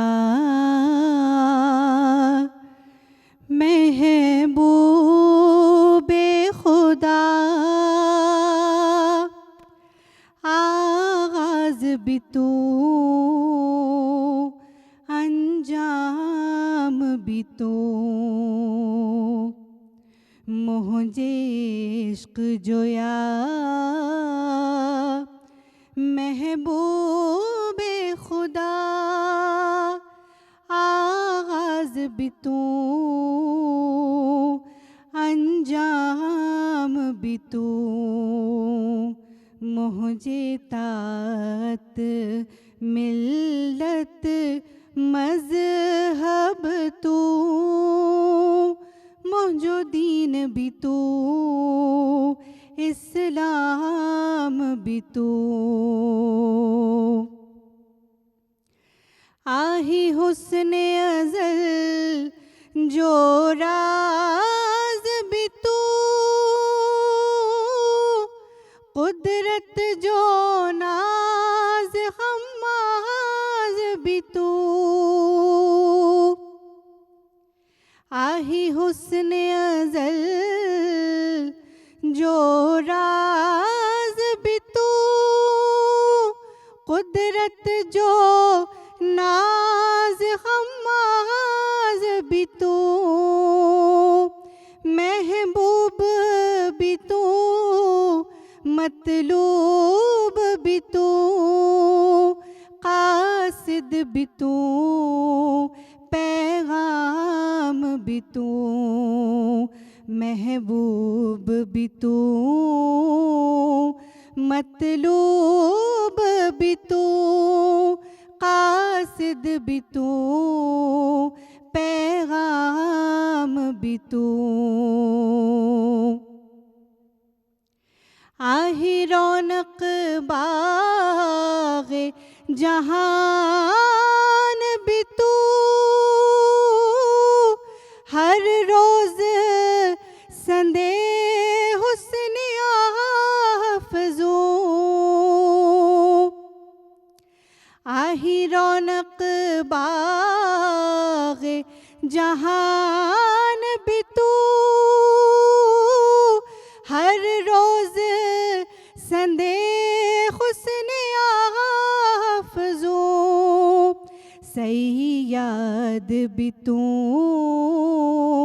काही दाम भी तू, ऐ गुल भी तू, गुलफाम भी तू। सैयद भी तू, आही दाम भी तू, ऐ गुल भी तू, गुलफाम भी तू। मुझे इश्क जोया महबूबे खुदा, आगाज़ भी तू, अंजाम भी तू। सुभान अल्लाह, माशाल्लाह। एडी ख़ूबसूरत आवाज़ ऐं आगाज़ भी तूं अंजाम भी तूं, ज़बरदस्ती। ऐं फ़ाइज़ा कामरान नात ख़्वां जी ख़ूबसूरत आवाज़ में तव्हां नात ॿुधी, माशाल्लाह। ऐं असां गॾु गॾु गेस्ट पैनल में असां सां ॿिया बि ज़बरदस्त गेस्ट मौजूदु आहिनि, जिन्हनि खां असां गर्मी ऐं इख़लाक़ इन गर्मीअ में असां इख़लाक़ खे कीअं मेंटेन कयूं ऐं उन में छा छा असां सवाब जा कमु कमाए सघूं था, इन ते ॻाल्हाईंदासीं। वेलकम चवां थी मां मुफ्ती मोहम्मद ज़ाहिद असलम के। अस्सलाम वालेकुम, कैसे हैं आप? वालेकुम अस्सलाम। अल्हम्दुलिल्लाह, ठीक ठाक। अच्छा, ॿियो अल्लामा सैयद कंबर अली शाह नकवी साहब भी असां सां मौजूद आहिनि। अस्सलाम वालेकुम, कैसे हैं आप अल्लामा साहब? ठीक आहे। त गर्मी ऐं इख़लाक़ असां हे शदीद गर्मी जेका थी रही आहे हाणे, त उन में असां कहिड़ा सवाब, स्पेशली मां चवंदी आहियां पाणी पियारण भी हिकिड़ो वॾो सवाब आहे। उर्दू में बात करेंगे आप। पानी पिलाना बहुत बड़ा सवाब है, तो कैसे कमा सकते हैं और इसका क्या अजर है? औज़ु बिल्लाहि मिनश शैतानिर रजीम, बिस्मिल्लाहिर्रहमानिर्रहीम। हमारे इस प्रोग्राम का कुछ हिस्सा गुजर चुका जो कि बहुत अच्छा था। मैं नीचे बैठ के देख रहा था, हमारे बहुत ही अच्छे दोस्त अवैस रबानी साहब अच्छी गुफ्तगू कर रहे थे। अल्लाह उनके इल्म में अमल में बरकतें अता फरमाए। और आज का जो मौजू है वो नहायत ही अहम तरीन मौजू है। और याद रखें कि हमारे माशरे के अंदर लोग जो है अखलाक को मोहतात रखते हैं, और अखलाक को लोगों ने रस्म व रिवाज तक महदूद रखा हुआ है। जबकि जो अखलाक है, अखलाक ये खल्क की जमा है, इसका मतलब होता है फ़ितरत, इसका मतलब होता है अच्छी सिफत। और ये सिर्फ़ आपके अल्फाज तक या आपके मुआशरती मामलात तक या आपके मुआशरती मामलात तक महदूद नहीं है, बल्कि इखलाक इतना इसका दायरा कार वसी है कि तमाम इस्लाम को ये बात शामिल है। रसूल अकरम सल्लल्लाहु अलैहि वसल्लम की पूरी ज़िंदगी इस अखलाक के बारे में तरगीब और अपने उम्मत को शौक़ दिलाते हुए गुजर गई। रसूल अकरम सल्लल्लाहु अलैहि वसल्लम की हदीस के आपकी हदीस है, हज़रत आयशा रज़ियल्लाहु ताला अन्हा हदीस की राविया हैं। आप फरमाती हैं वान आयशा रदी अल्लाह ताला अन्हा क़ालत क़ाल रसूलुल्लाह सल्लल्लाहु ताला अलैहि वसल्लम इन्ना मिन अकमल मुमिनीना ईमानन अहसनुहुम खुलुक़ा व अल्तफ़हुम बि अहलिही। हज़रत आयशा रदी अल्लाह ताला अन्हा हदीस के हैं राविया, और ये हदीस पाक जो है तिरमिज़ी शरीफ के अंदर मौजूद है, किताब का नाम है, और उसके अंदर एक है किताबुल ईमान माजा रसूलिल्लाह, और फिर इसके अंदर एक और बाब है, इसकी जिल्द नंबर 5 है, सफ़र नंबर 9 है, हदीस नंबर है 2612, और यही हदीस पाक मुस्तदरक हाकिम किताब का नाम है, इसकी जिल्द 1 सफ़ा 119 हदीस नंबर 173 है, और इसी तरह यही हदीस पाक शोबुल ईमान के अंदर मौजूद है, और मुस्तदरक हाकिम के अंदर ये बात मौजूद है, और शोबुल ईमान के अलावा और भी बहुत सारी हदीस हैं। अच्छा, रसूल अकरम सल्लल्लाहु अलैहि वसल्लम ने क्या फ़रमाया? आप फरमाते हैं कि कामिल तरीन ईमान वाला वो बंदा है जिसका अखलाक अच्छा है, और कामिल तरीन ईमान अगर चाहते हो तो अपने अखलाक को बहुत अच्छा बना लो। और इसी तरह एक और हदीस पाक है, आयशा रज़ी अल्लाह ताला अन्हा हदीस की राविया हैं, आप फरमाती हैं वान आयशा रज़ी अल्लाह ताला अन्हा क़ालत समीतु रसूलुल्लाह सल्लल्लाहु ताला अलैहि वसल्लम। आप फरमाती हैं कि मैंने ये बात रसूल अकरम सल्लल्लाहु ताला अलैहि वसल्लम से सुनी है। रसूलुल्लाह ने क्या फरमाया? फरमाया कि इन्ना मन अहब्बकुम इलैया मिन्नी यौमल क़ियामति मजलिसा। आप फरमाते हैं कि क़यामत के दिन बहुत सारे लोग मेरे करीब बैठे होंगे। अब आगे सवाल ये पैदा होता है कि आका के करीब कौन होंगे, क्योंकि हर बंदे की ये तमन्ना है कि हम अपने नबी के कुर्ब ख़ास में बैठें। तो मेरे आका ने इस बात को वाज़े किया। आपने क्या फ़रमाया? किताब का नाम तिरमिज़ी शरीफ है, इसकी जेल्द नंबर 4 सफ़ा 370 है, हदीस नंबर है 2018, और सही इब्ने हब्बान जेल्द 1 सफ़ा नंबर है 235 हदीस नंबर 173 है, और शोबुल ईमान के हदीस नंबर है 799, और मुस्तदरक हाकिम के अंदर भी ये बात मौजूद है। सरकार फरमाते हैं कि भाई क़यामत के दिन जहाँ मैं बैठा हूँगा मेरे कुर्ब ख़ास में उन लोगों को बुलाया जाएगा जिनका अखलाक सबसे अच्छा होगा, जिनका अखलाक सबसे बाला होगा। अब हमारा माशरा ये समझता है कि अखलाक जो है ये बस महदूद है, महदूद नहीं है। कुरान करीम को आप पढ़ कर देखें, पूरा कुरान ही अखलाक है। अगर पूछा जाए कि हमारे आका का अखलाक क्या था, तो हम आयशा फरमाती हैं कि पूरा कुरान आप पढ़ कर देख लें, जो जो अहकामात कुरान करीम के अंदर आए हैं ना, वो सारी चीज़ें मोहम्मद मुस्तफ़ा के अंदर पाई जाती हैं। इस अखलाक के हवाले से 29वें पारे की सूरतुल क़लम की आयत नंबर 4 है, सूरत नंबर 68। फरमाए व इन्नका लअला खुलुक़िन अज़ीम, ए महबूब आप तो अखलाक के बड़े आला तरीन दर्जे पर फाइज हैं। और फिर इसी तरह रसूल अकरम सल्लल्लाहु अलैहि वसल्लम के अखलाक की बात कुरान करीम की सूरत नंबर 3 है, जिसका नाम है सूरह आल इमरान, इसका आयत नंबर 159 है। फ़बिमा रहमतिन मिनल्लाहि लिन्ता लहुम वलौ कुन्ता फ़ज़्ज़न गलीज़ल क़ल्ब, और सूरतुल अहज़ाब के आयत नंबर 21 के अंदर है कि लक़द कान लकुम फ़ी रसूलिल्लाहि उस्वतुन हसना, जिस नबी का आप कलमा पढ़ बैठे हो उस नबी को हमने तुम्हारे लिए उससे हसना बनाकर भेजे। यानी कि बेहतरीन ज़िंदगी गुजारने के लिए ज़रूरी है कि अपने नबी की ज़िंदगी को पढ़ें कि नबी अलैहिस्सलातु वस्सलाम ने कैसे किया। आप जब मदीना में आए ना, आपने एक मुआशरा तश्कील दिया, तो आपने वहाँ पर ड्यूटियाँ लगाईं कि ए मेरे ग़ुलामों, कहीं पर कुआं बनवा दिया। आप अलैहिस्सलातु वस्सलाम ने कहीं पर कुआं खोदने का हुक्म दे दिया, कहीं पर पानी का हुक्म दे दिया, कहीं पर मदरसे का हुक्म दे दिया, और कहीं पर जो फलाही काम हैं उनके अहकाम दे दिए। अब रसूल अकरम सल्लल्लाहु अलैहि वसल्लम ने शौक़ दिलाने के लिए फरमाया, बुखारी के हदीस पाक है कि आप बहुत मशहूर वाक़या है कि एक औरत थी और दूसरी वादे कि एक मर्द जा रहा था और उसको प्यास लगी, और उसने देखा कि कुत्ता भी प्यास है, तो उसने कुत्ते को पानी पिला दिया। अच्छा, कुत्ते को पानी पिलाया उसने, तो जब वो फोत हो गया तो उसके साथ मामलात क्या हुए। हदीस ये कहती है कि खालिक कायनात मालिक लम यज़ल ने उसको, उस बंदे को उसकी इसी अदा की बिना पर बख्श दिया और जन्नती बना दिया।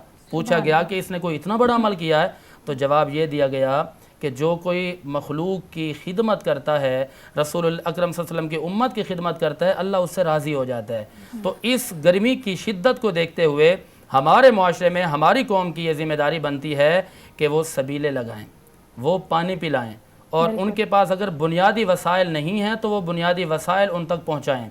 अगर पानी की कमी है तो पानी पहुँचाया जाए, अगर राशन की कमी है तो वो पहुँचाया जाए। ये हमारी ज़िम्मेदारी है। कल क़यामत के दिन हमसे पूछा जाएगा, क्योंकि हकूक़ दो तरह के होते हैं, हकूक़ुल्लाह, हकूक़ुल इबाद। हकूक़ुल्लाह के बारे में तो अर्श औला करब वो मेहरबान है, मुमकिन है खालिक कायनात अपनी मर्ज़ी से बंदों को माफ़ फरमा दे, लेकिन जो बंदों के बंदों पर हकूक़ है ना, उनमें सबसे पहला हक और इखलाकी फ़रीज़ा जो है वो ये बनता है कि जब आपका कोई भाई परेशानी के अंदर बैठा हुआ है तो आप उसके जाकर मुआमनत करें, आप उससे जाकर तामुन करें। जब आप ज़मीन वालों पर रहम करेंगे तो अर्श औला कर रब आप पर रहम फरमाएगा। बिल्कुल ऐसे ही है, बेशक, माशाल्लाह। अच्छा अल्लामा साहब, मां तव्हां खां पुछणु चाहींदमि त हे जेका गर्मी जी एॾी शिदत आहे, तव्हां छा था सम्झो इहो छा असां मुसलमाननि ते आज़माइश आहे, कोई इम्तिहान आहे, छा असां इन खे इम्तिहान वठी करे सोचूं या इहो हिकिड़ो नॉर्मल रूटीन आहे जेका गर्मी ईंदी आहे? पर हिन साल घणी गर्मी आहे त मुंहिंजे ख़्याल सां आज़माइश ई हूंदी। जी الذين ينفقون في السراء والضراء والكاظمين الغيظ والعافين عن الناس والله يحب المحسنين।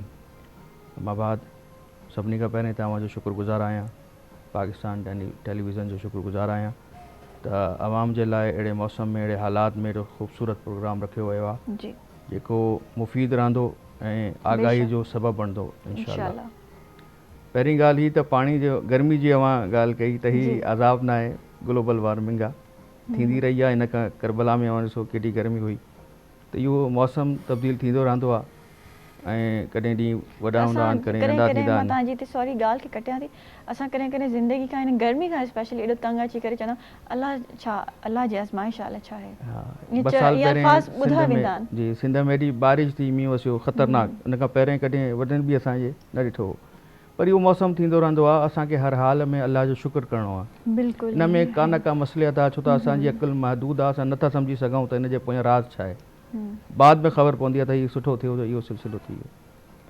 पहिरें मुफ़्ती साहिब खां जेको सुवालु पुछियो पाणी जे हवाले सां, सबील जे हवाले सां, त रिवायतनि में मिलंदो आहे पाणी सबील हिकु त एॾी वॾी नेमत आहे त हज़रत साद बिन इबादा रज़ियल्लाहु ताला अन्हु नबी अकरम सल्लल्लाहु अलैहि वसल्लम खां पुछनि था त मुंहिंजी माउ गुज़ारे वई आहे, उनजे सदक़े जे लाइ कहिड़ो फेल अंजाम ॾियां। पाण सगोरनि फरमायो त तव्हां पाणी जो इंतज़ामु कयो, ॿियनि खे पाणी पीआरियो। त उन्हनि हिकिड़ो कुओं खोटरायो, उहो पंहिंजी माउ जे नाले सां वक़्फ़ु करे छॾियो, त इन जो सवाबु मुंहिंजी माउ जे हिसे में अची वेंदो पाणी। पोइ फरमायो नबी अकरम सल्लल्लाहु अलैहि वसल्लम त जेको अहिड़े इलाइक़े में हुजे जिते पाणी आहे पोइ पाणी थो पीआरे, इन जो सवाबु एॾो आहे त ॼण हुन हिकु ग़ुलाम खे आज़ादु कयो आहे। यानी पाणी मौजूदु आहे पोइ पीआरे थो त ग़ुलाम आज़ादु करण जो सवाबु आहे। ऐं अहिड़े इलाइक़े में जिते पाणी नायाबु आहे, घटि आहे पाणी, हुते को पाणी पीआरे थो त ईअं आहे जंहिं कंहिंखे हयात अता करे छॾी आहे, ज़िंदगी कंहिंखे ॾिनी आहे। वमन आहिय नास फ़कान्नमा वमन आहिय नास, जंहिं हिकिड़े खे ज़िंदगी अता कई, फ़कान्नमा आहिय नास जमिया, सॼी ज़िंदगी सॼी दुनिया खे उन इंसानियत खे ज़िंदगी अता कई आहे। अच्छा, हिन सां गॾो गॾु मां अर्ज़ु कयां ख़ुल्क़ ऐं अख़लाक़ जी ॻाल्हि थी रही हुई त हे जेको मुआशिरे में ॾिसो त बाज़ारनि में गर्मी, रोडनि ते सड़कनि ते गाॾी हलाईंदे ड्राइवरनि ते झेड़ा घणा थी वेंदा आहिनि गर्मी में, छो त ज़हन ते असरु पवंदो आहे, गर्मी जे करे दिमाग़ सही कमु न कंदो आहे, त अख़लाक़ तबाह थी वेंदा आहिनि माण्हुनि जा, इफ़रात में हलिया वेंदा आहिनि, झेड़ा थींदा आहिनि। इन जे हवाले सां त मौसम जो असरु त आहे, पर पाण खे हुन में बर्दाश्त खे रखिणो आहे। जेका आयत मां सूरह आल इमरान जी मुंहिंजे साम्हूं तिलावत करण जो शर्फ़ हासिलु कयो, उन में अल्लाह पाक फरमाइनि था अल्लज़ीना युनफ़िक़ून फ़िस्सराए वज़्ज़राए, जेको तंगीअ जे आलम में बि माण्हुनि खे अता कनि था, फ़राग़ी जे आलम में बि माण्हुनि खे अता कनि था, वल काज़िमीन अल ग़ैज़, ऐं गुस्से खे पी था वञनि, माना गुस्सो ई ख़तमु थी थो वञे उन्हनि जो। उहे माण्हू केरु आहिनि? वल्लाहु युहिब्बुल मुहसिनीन वल आफ़ीना अनिन नास, माण्हुनि खे माफ़ बि कनि था। तव्हां अज़ियत ॾिनी मूंखे, गारि ॾिनी मूंखे, ग़लति जुमिलो मूंखे चयो, गर्मी जे करे, मौसम जे करे, मां तव्हांखे माफ़ थो कयां। वल्लाहु सब्र था कनि, बर्दाश्त था कनि। वल्लाहु युहिब्बुल मुहसिनीन, अलाह एहसान करण वारनि खे दोस्त थो रखे।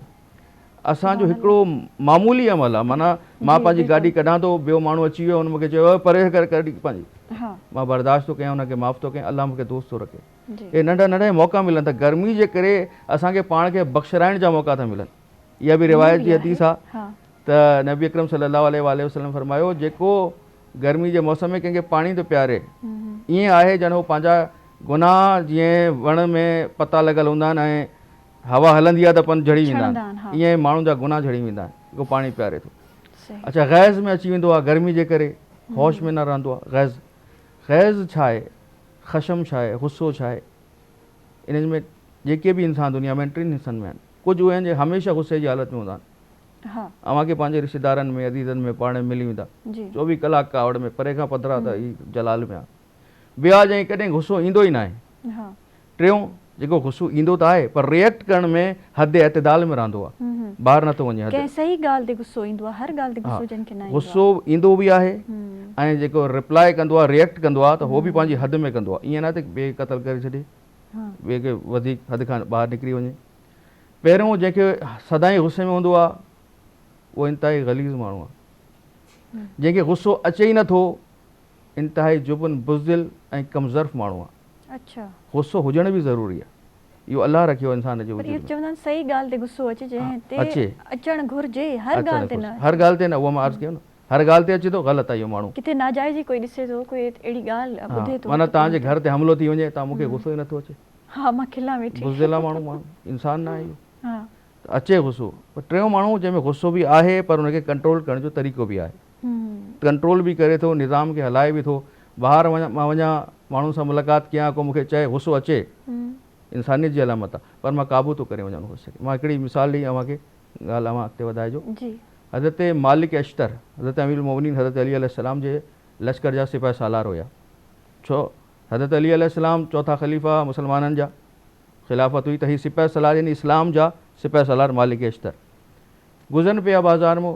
हिकिड़े दुकानदार जीअं कारोबार न हूंदो आहे, तव्हांखे ॾिठो हूंदो त पाण में कचेरी कंदा आहिनि, ॻाल्हि ॿोल हली पई, कारोबार न हुयो, हे मालिक एश्तर वञनि पिया। ताजिरनि खे कहिड़ी ख़बर हे केरु आहे, सोशल मीडिया दौर ई न हो, टीवी वग़ैरह त इजाद न थियो हुयो। हिकिड़े दुकानदार खिल में भोग में मटी खणी पोइ ते उछलाई, हे वञनि पिया, हिन जे चहिरे ते मटी आई सॼी, गौर सां ॾिठो हिननि, पोइ निकिरी विया अॻिते। ॿियो दुकानदार भॼंदो आयो त तोखे ख़बर आहे तूं कयो छा आहे? चए न मां त मटी उछलाई आहे। कंहिं ते वञी लॻी आहे मूंखे ख़बर न आहे। त हू अली जी फ़ौज जो सिपाही सालार आहे, मालिक एश्तर ते इहा लॻी आहे, आर्मी चीफ ते को मटी उछलाए नज़र ईंदो ॿिए ॾींहुं? पर उहो उन चयो अच्छा पोयां भॻो। ॾिसो मालिक एश्तर मस्जिद में विया आहिनि ऐं नमाज़ पढ़नि था, इंतज़ार में बीठो त हिकिड़ो मिंट जे लाइ मां हे नमाज़ ख़तमु कनि त मां हिन जा माफ़ी घुरां। उन नमाज़ ख़तमु कई, हिन माफ़ी घुरी, मालिक एश्तर चयो मां त तोखे माफ़ु करे छॾियो, पर मां तोखे हिकिड़ी ॻाल्हि ॿुधायां त मुंहिंजो मस्जिद में अचण जो इरादो न हो, मां त पंहिंजे कम सां वञा पियो, पर जॾहिं तूं इहा हरकत कई त मुंहिंजे दिलि में इहा ख़्वाहिश पैदा थी त तुंहिंजी मग़फ़िरत लाइ अलाह खां दुआ घुरां त तोखे माफ़ु करे। इहा नमाज़ मां तुंहिंजी हिदायत लाइ पढ़ी आहे। एॾो त पंहिंजो किरदारु हुजे त को अज़ियत बि करे थो त हुनखे बि दुआ ॾियूं, हुनजी मग़फ़िरत जी हिदायत जी दुआ कयूं। अच्छा, अॼुकल्ह जे दौर में असां इहो बि ॾिठो वियो आहे, जीअं तव्हां गुस्से वारा माण्हू उन्हनि जी ॻाल्हि कई त हिकिड़े खे ॾाढो गुस्सो ईंदो आहे, हर वक़्तु गुस्से में हूंदो आहे, ऐं हिकु माण्हू हूंदो आहे जंहिंखे गुस्सो कंहिं ॻाल्हि ते ईंदो आहे, कंहिं जाइज़ ॻाल्हि ते ईंदो आहे, ऐं हिकिड़ो माण्हू जंहिंखे बिल्कुलु गुस्सो न ईंदो आहे। त अॼुकल्ह वरी असांजे मुआशिरे में, असांजी सोसाइटी में हिननि माण्हुनि खे थोरो सम्झो वेंदो आहे त हे मिठी छुरी आहे, या हिननि खे जेको आहे चालाक कनि, त हर तरीक़े सां मतिलबु एॾी मिठास पिया था पंहिंजे उहो ज़बान मां कढनि, पंहिंजे अल्फाज़नि मां, त छा इहो ग़लति आहे? अच्छा, मिठास ज़रूरी आहे, अख़लाक जी पहिरीं ॻाल्हि त ज़ुबान मिठी हुजे। नबी अकरम सल्लल्लाहु अलैहि वसल्लम फरमायो मिठी ॻाल्हि बि सदको आहे। सदको छा कंदो? बलाउनि खे परे कंदो आहे। मिठो ॻाल्हाईंदव त उहे नाराज़गी, उहे आफ़तूं ईंदियूं, उहे परे थी वेंदियूं आहिनि, माण्हू राज़ी थींदा, नेमतूं नाज़िल थींदियूं। मुनाफ़िक़त उन वक़्तु हूंदी त दिलि में कुझु हुजे, ज़ुबान ते कुझु हुजे। ज़ुबान ते मां तारीफ़ कयां, वाह वाह सुभान अल्लाह, छा ॻाल्हि आहे, अंदरो मां चवां त यार हे छा आहे, ॿिए सां मां गिला कयां त हीउ सही माण्हू न आहे। पर पोइ असांखे ख़बर न आहे पवंदी त केरु ईअं मुनाफ़िक़ आहे ऐं केरु सचो वाक़ई असांजो, उनजे अमल में ख़बर पइजी वेंदी आहे मूंखे केतिरी देरि ताईं धोखो ॾेई सघे थो माण्हू, कॾहिं न कॾहिं त खुलंदो, ख़बर पइजी वेंदी। अख़लाक इहो बि आहे, जेको दिलि में आहे उहो ज़ुबान ते ज़ाहिर थिए। सही, इंसानियत जो एहतराम दिलि सां हुजे। जी ठीक है। अच्छा, मुफ्ती साहब से मैं पूछना चाहूँगी, ये जो आजकल गर्मी की वजह से हमारे रवैये में तब्दीली आ जाती है और हम सख्त भी हो जाते हैं, इस पर क्या कहेंगे? देखें, हम बतौर मुसलमान सबसे पहले तो हम अपने प्यारे आका सल्लल्लाहु अलैहि वसल्लम की ज़िंदगी को पढ़ें, उसके बाद जो कुरान करीम और अहादीस के अंदर हमें दर्स और सबक मिलते हैं उसके बारे में पढ़ें। मैं यहाँ पर आपको एक हदीस पाक देकर सुनाकर जवाब देना चाहता हूँ। मेरे आका की हदीस पाक है, बड़ी ही फजीलत वाली हदीस पाक है। सरकार फरमाते हैं कि हुर्रिमा अलन नारी कुल्लु हय्यिन, ये बड़ी अजीम हदीस पाक है, पूरी उम्मत के लिए दर्स है और पूरी उम्मत के लिए इनाम है अगर वो इस हदीस पर अमल करते हैं तो। सरकार अलैहिस्सलातु वस्सलाम ने फरमाया कि हुर्रिमा अलन नारी कुल्लु हय्यिन, ये हदीस पाक मुस्नद अहमद बिन हम्बल की जेल्द नंबर 1 सफ़ा 415 और हदीस नंबर है 3938, और सही इब्न हब्बान इसकी जेल्द नंबर 2 सफ़ा नंबर 215 हदीस नंबर है 469, और इमाम तबरानी ने मौजम कबीर की जल्द नंबर 10 सफ़ा नंबर 231 पे लिखा, और मजमा ज़वायद की जल्द 4 सफ़ा नंबर 75 पे ये रिवायत मौजूद है। सरकार फरमाते हैं कि अल्लाह रब्बुल आलमीन ने कुछ लोगों पर आग को हराम कर दिया। आप जुस्तजू बढ़ गई, या रसूलल्लाह किन लोगों पर आग को हराम कर दिया? आपने फरमाया कुल्लु हय्यिन, हर वो बंदा जो अपने मुसलमान भाई पर, अपने इंसान भाई पर नरमी करता है, इखलाक के साथ पेश आता है, सिला रहमी के साथ पेश आता है, अर्श उला कर अब उस पर जहन्नम की आग को हराम कर देता है, यानी वो बंदा जन्नती बन जाता है। और मेरे आका ने फिर अपनी पूरी ज़िंदगी के अंदर देखा ना, सामने काफिर हैं, तो जब दीन का दुश्मन सामने खड़ा होता है तो बंदा उस पर लपक कर हमला करता है। लेकिन मेरे आका की हिकमत और दानिशमंदी देखिए कि यही दीन के दुश्मन जिनकी खातिर हजूर ने मक्का छोड़ा, मदीना आए, और इन्होंने मदीना में भी सुकून से नहीं रहने दिया। फिर गज़वात हुए, फिर जंगें हुई, और फिर फ़तेह मक्का हुई।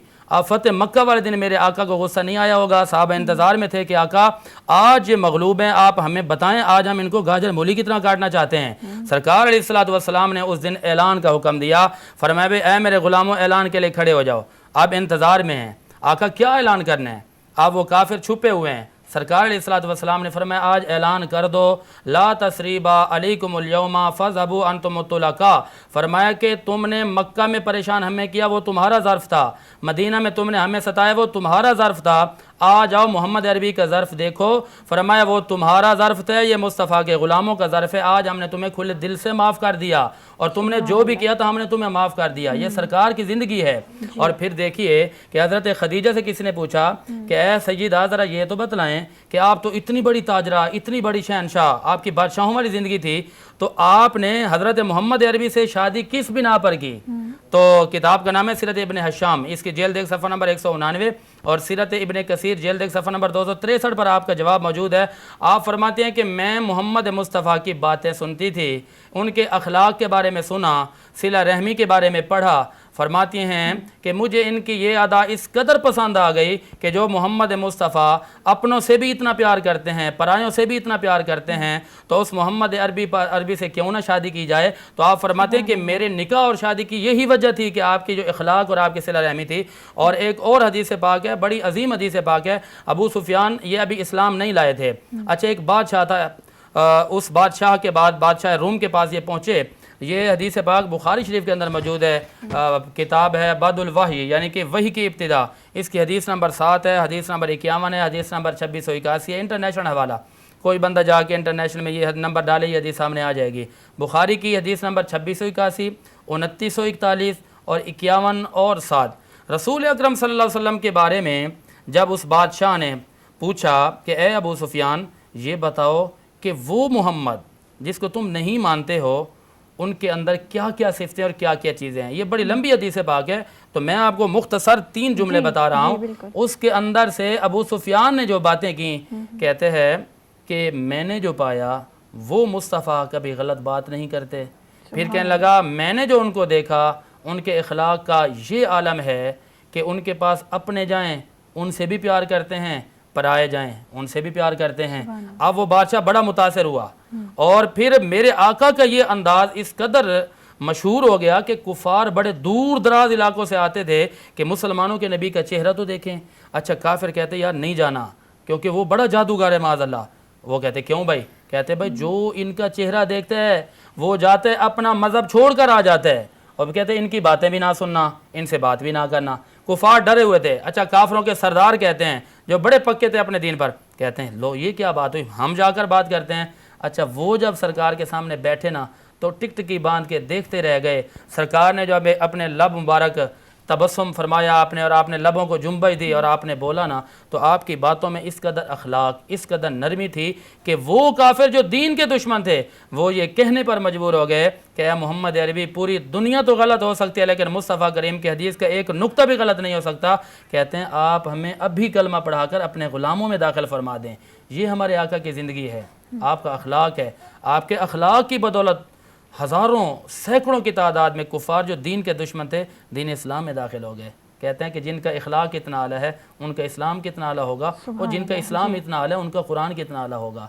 तो आज हमें ज़रूरत है, हम जिस नबी का कलमा पढ़ते हैं, अखलाक सिर्फ ये नहीं है कि आप बस वक्ती तौर पर किसी से अपनी मोहब्बत का इजहार करें, लेकिन हमने कलमा पढ़े, हमारी ज़िम्मेदारी है कि हम इस अखलाक के तमाम तर पहलुओं पर अमल करें और एक दूसरे का ख्याल रखें। सही।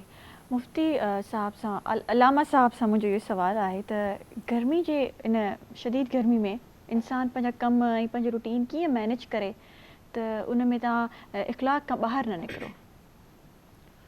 बिस्मिल्लाहिर्रहमानिर्रहीम। ॾाढो सुठो तव्हांजो सुवालु आहे। इंसान खे पंहिंजी सिहत खे पहिरें मद्देनज़र रखिणो आहे त मां अहिड़ा अमल अंजाम ॾियां त मुंहिंजो कम बि थी वञे ऐं मुंहिंजी सिहत बि बाक़ी हुजे। छो त सिहत हूंदी त ॿिया बि कमु करे सघंदो, इबादत बि तॾहिं ई कंदो जॾहिं सिहत हूंदी। रोज़ी त थी सघे थो गर्मी जे करे ॿाहिरि न निकिरे त घटि अचे, पर थोरो घणे टाइम लाइ न आहे, इहा गुज़री वेंदो इहो वक़्तु बि।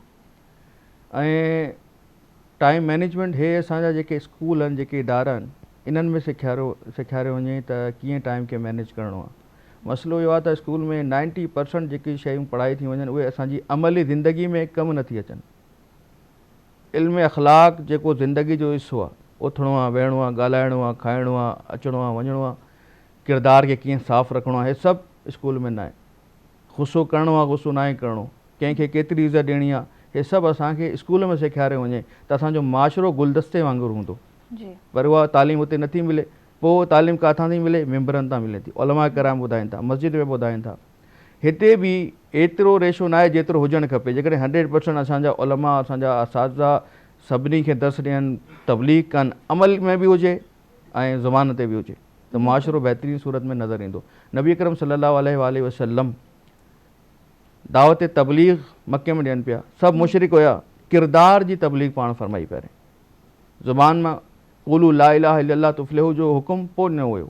40 सालनि ताईं पंहिंजो किरदारु, पाण खे सादिक मंझरायो, पाण खे अमीन मंझरायो त मां अमीन आहियां, अमानतदार आहियां, मां सचो आहियां।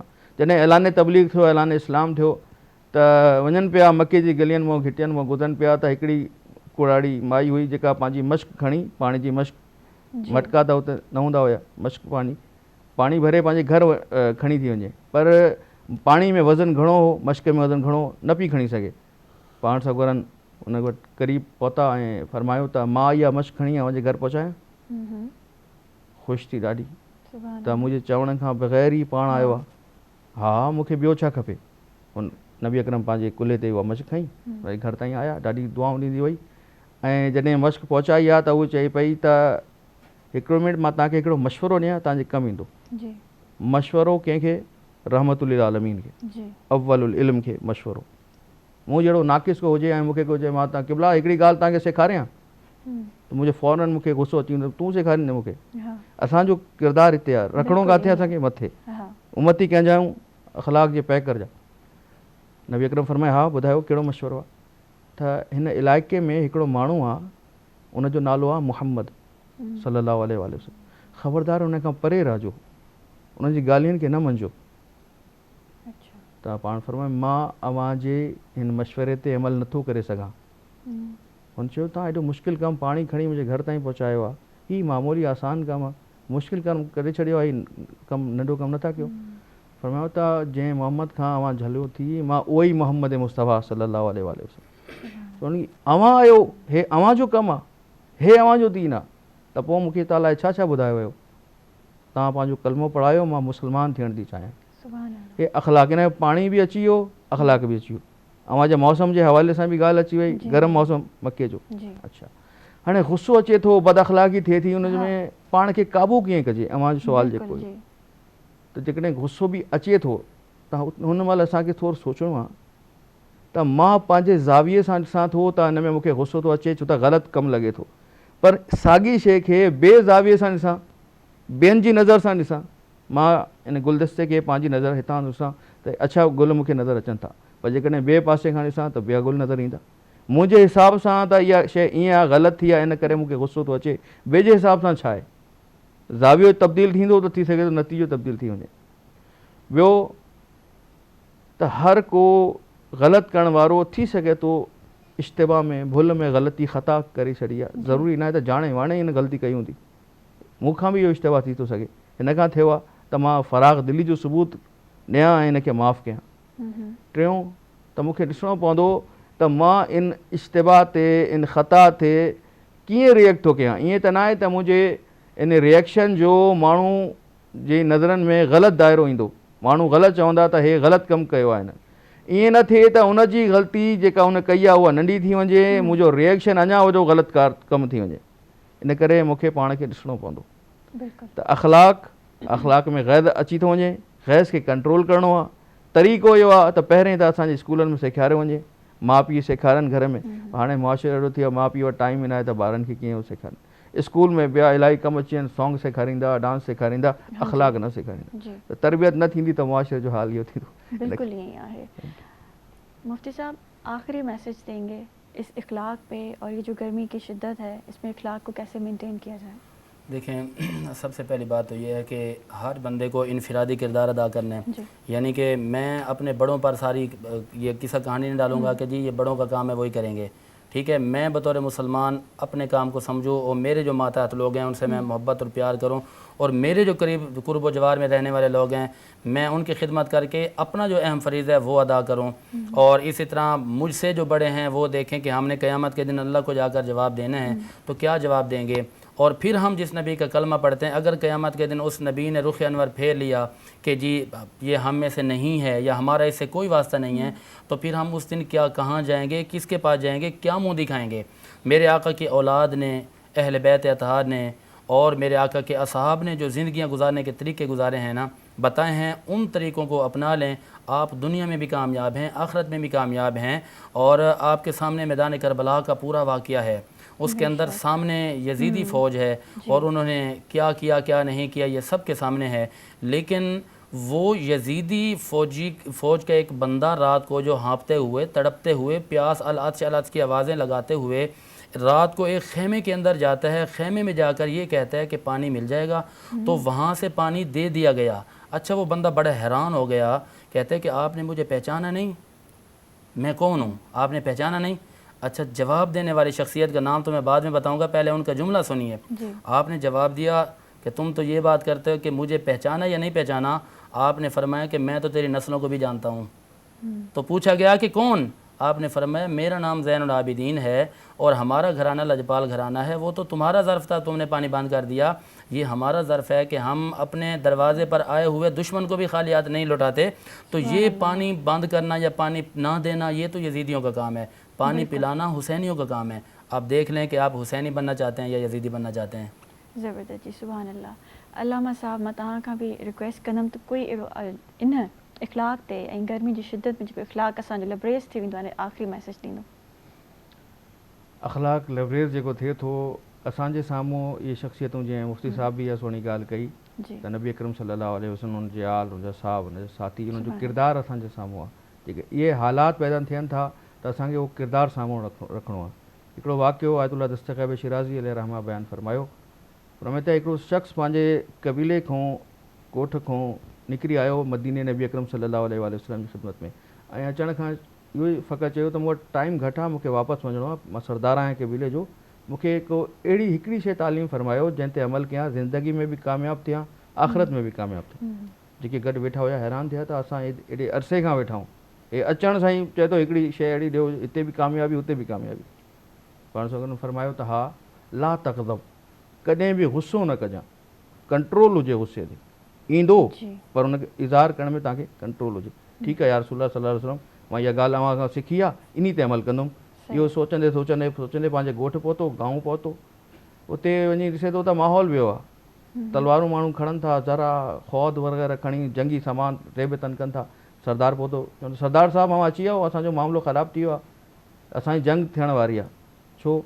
असांजे क़बीले जे हिकिड़े फ़र्द ॿिए क़बीले जे फ़र्द खे क़तलु करे छॾियो आहे, उहे असांखे विढ़णु अचनि था, असां बि उन्हनि खां विढ़ंदासीं। सरदार चयो हमियत, गैरत, तासुब, क़बाइली, हुन चयो उन्हनि जी एॾी ज़रूरत असां सां विढ़ंदा उहे, असां उन्हनि खे ॿुधाईंदासीं त असांजो क़बीलो आहे छा, तयारी कयो। हथियार वथियार जीअं 1400 साल खां पोइ बि असां वटि इहा ई हाल अञा बि लॻो पियो आहे, असां बि उहे हालत आहे असांजी क़बीलाई जहिड़ा, जॾहिं त इस्लाम जो पैगाम छो। बहरहाल उहो तयारु थी जंग जे मैदान में आयो, ॿिए पासे दुश्मन फ़ौज आहे, हिते हिन जी फ़ौज आहे, पाण सालार थी करे, सरदार थी करे सभिनी खां पहिरियों मैदान में क़दम रखो। अचण सां जीअं पहिरियों क़दम रखियो आहे त हिन जे ज़हन में ॻाल्हि आई त मां नबी अकरम सल्लल्लाहु अलैहि वसल्लम सां छा वाइदो करे आयो आहियां, मां त वाइदो कयो त गुस्सो करिणो ई न आहे, मां छा थो कयां। पोयां पैर खयो, ख़ैमे में वियो, सादा लिबास पाए करे मैदान में आयो, अचण सां ई ॿिए सरदार खे मुखातिब करे चए थो सरदार असांजे माण्हू तव्हांजे माण्हू खे क़तलु कयो आहे, हक़ ते ईअं आहे त तव्हां खून बहा वठो, मसइले खे ख़तमु कयो, पर जेकॾहिं चाहियो था त खून जे बदिले खून हुजे त मां पाण खे पेश थो कयां, अवां अची करे मूंखे क़तलु कयो, मुंहिंजी क़ौम जे कंहिं फ़र्द खे क़तल न कयो, मां हाज़िर आहियां। एॾे मजमे में सरदार थी करे इहा ॻाल्हि थो करे त मूंखे क़तल कयो। हाणे ॿिए सरदार जी गैरत खे बि जोश आयो, हुन चयो सभिनी जे साम्हूं हे तो एॾो वॾो थी वियो, इन जो अख़लाक़ केॾो वॾो आहे त पाण खे पेश थो करे क़तल थियण लाइ। उन अॻिते वधी चयो त मां बि को नंढो न आहियां, जॾहिं तुंहिंजे क़बीले में एॾा गैरतमंद माण्हू आहिनि त मां बि वॾो गैरतमंद सरदार आहियां। मां न कंहिंजो खून जे बदिले खून कंदुमि, न खून भाउ वठंदुमि, वञ मां तोखे माफ़ु करे छॾियो आहे। सुभान अल्लाह। हिकिड़े अमल त गुस्सो न आहे करिणो, केॾी जाननि खे बचायो। ठीकु आहे, थैंक यू सो मच, जज़ाकल्ला मुफ्ती साहब, जज़ाकल्ला अलामा साहब, ॾाढी सुठी तालीमात तव्हां असांखे, असां सभिनि खे, असांजे व्यूवर्स खे दीन जूं ॾिनियूं। इते ई हिन प्रोग्राम जो टाइम ख़तमु थी वियो आहे। उमेदु आहे त वरी नेक्स्ट प्रोग्राम में सुठे टॉपिक सां, सुठे महिमाननि सां अव्हां जे साम्हूं हाज़िर थी वेंदासीं। तेसि ताईं मूंखे ॾींदा इजाज़त, पर उन खां पहिरियों जी फ़ाइज़ा साहिबा सां गॾु मौजूदु आहे, उन्हनि खां नात ॿुधंदा वेंदासीं। अल्लाह हाफ़िज़, पाकिस्तान ज़िंदाबाद। की महक दिल के गुंचे खिला दिए हैं,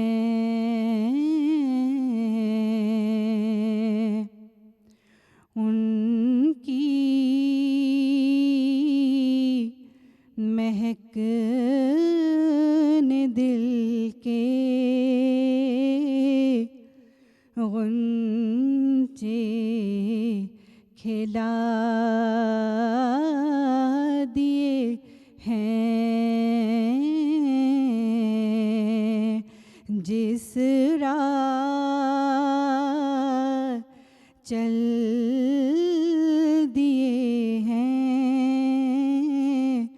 कूचे बसा दिए हैं। मेरे करीम से गर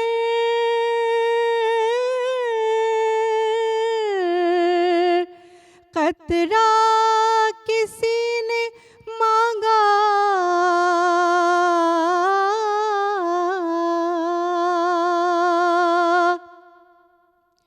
मेरे करीम से गर कतरा किसी ने मांगा,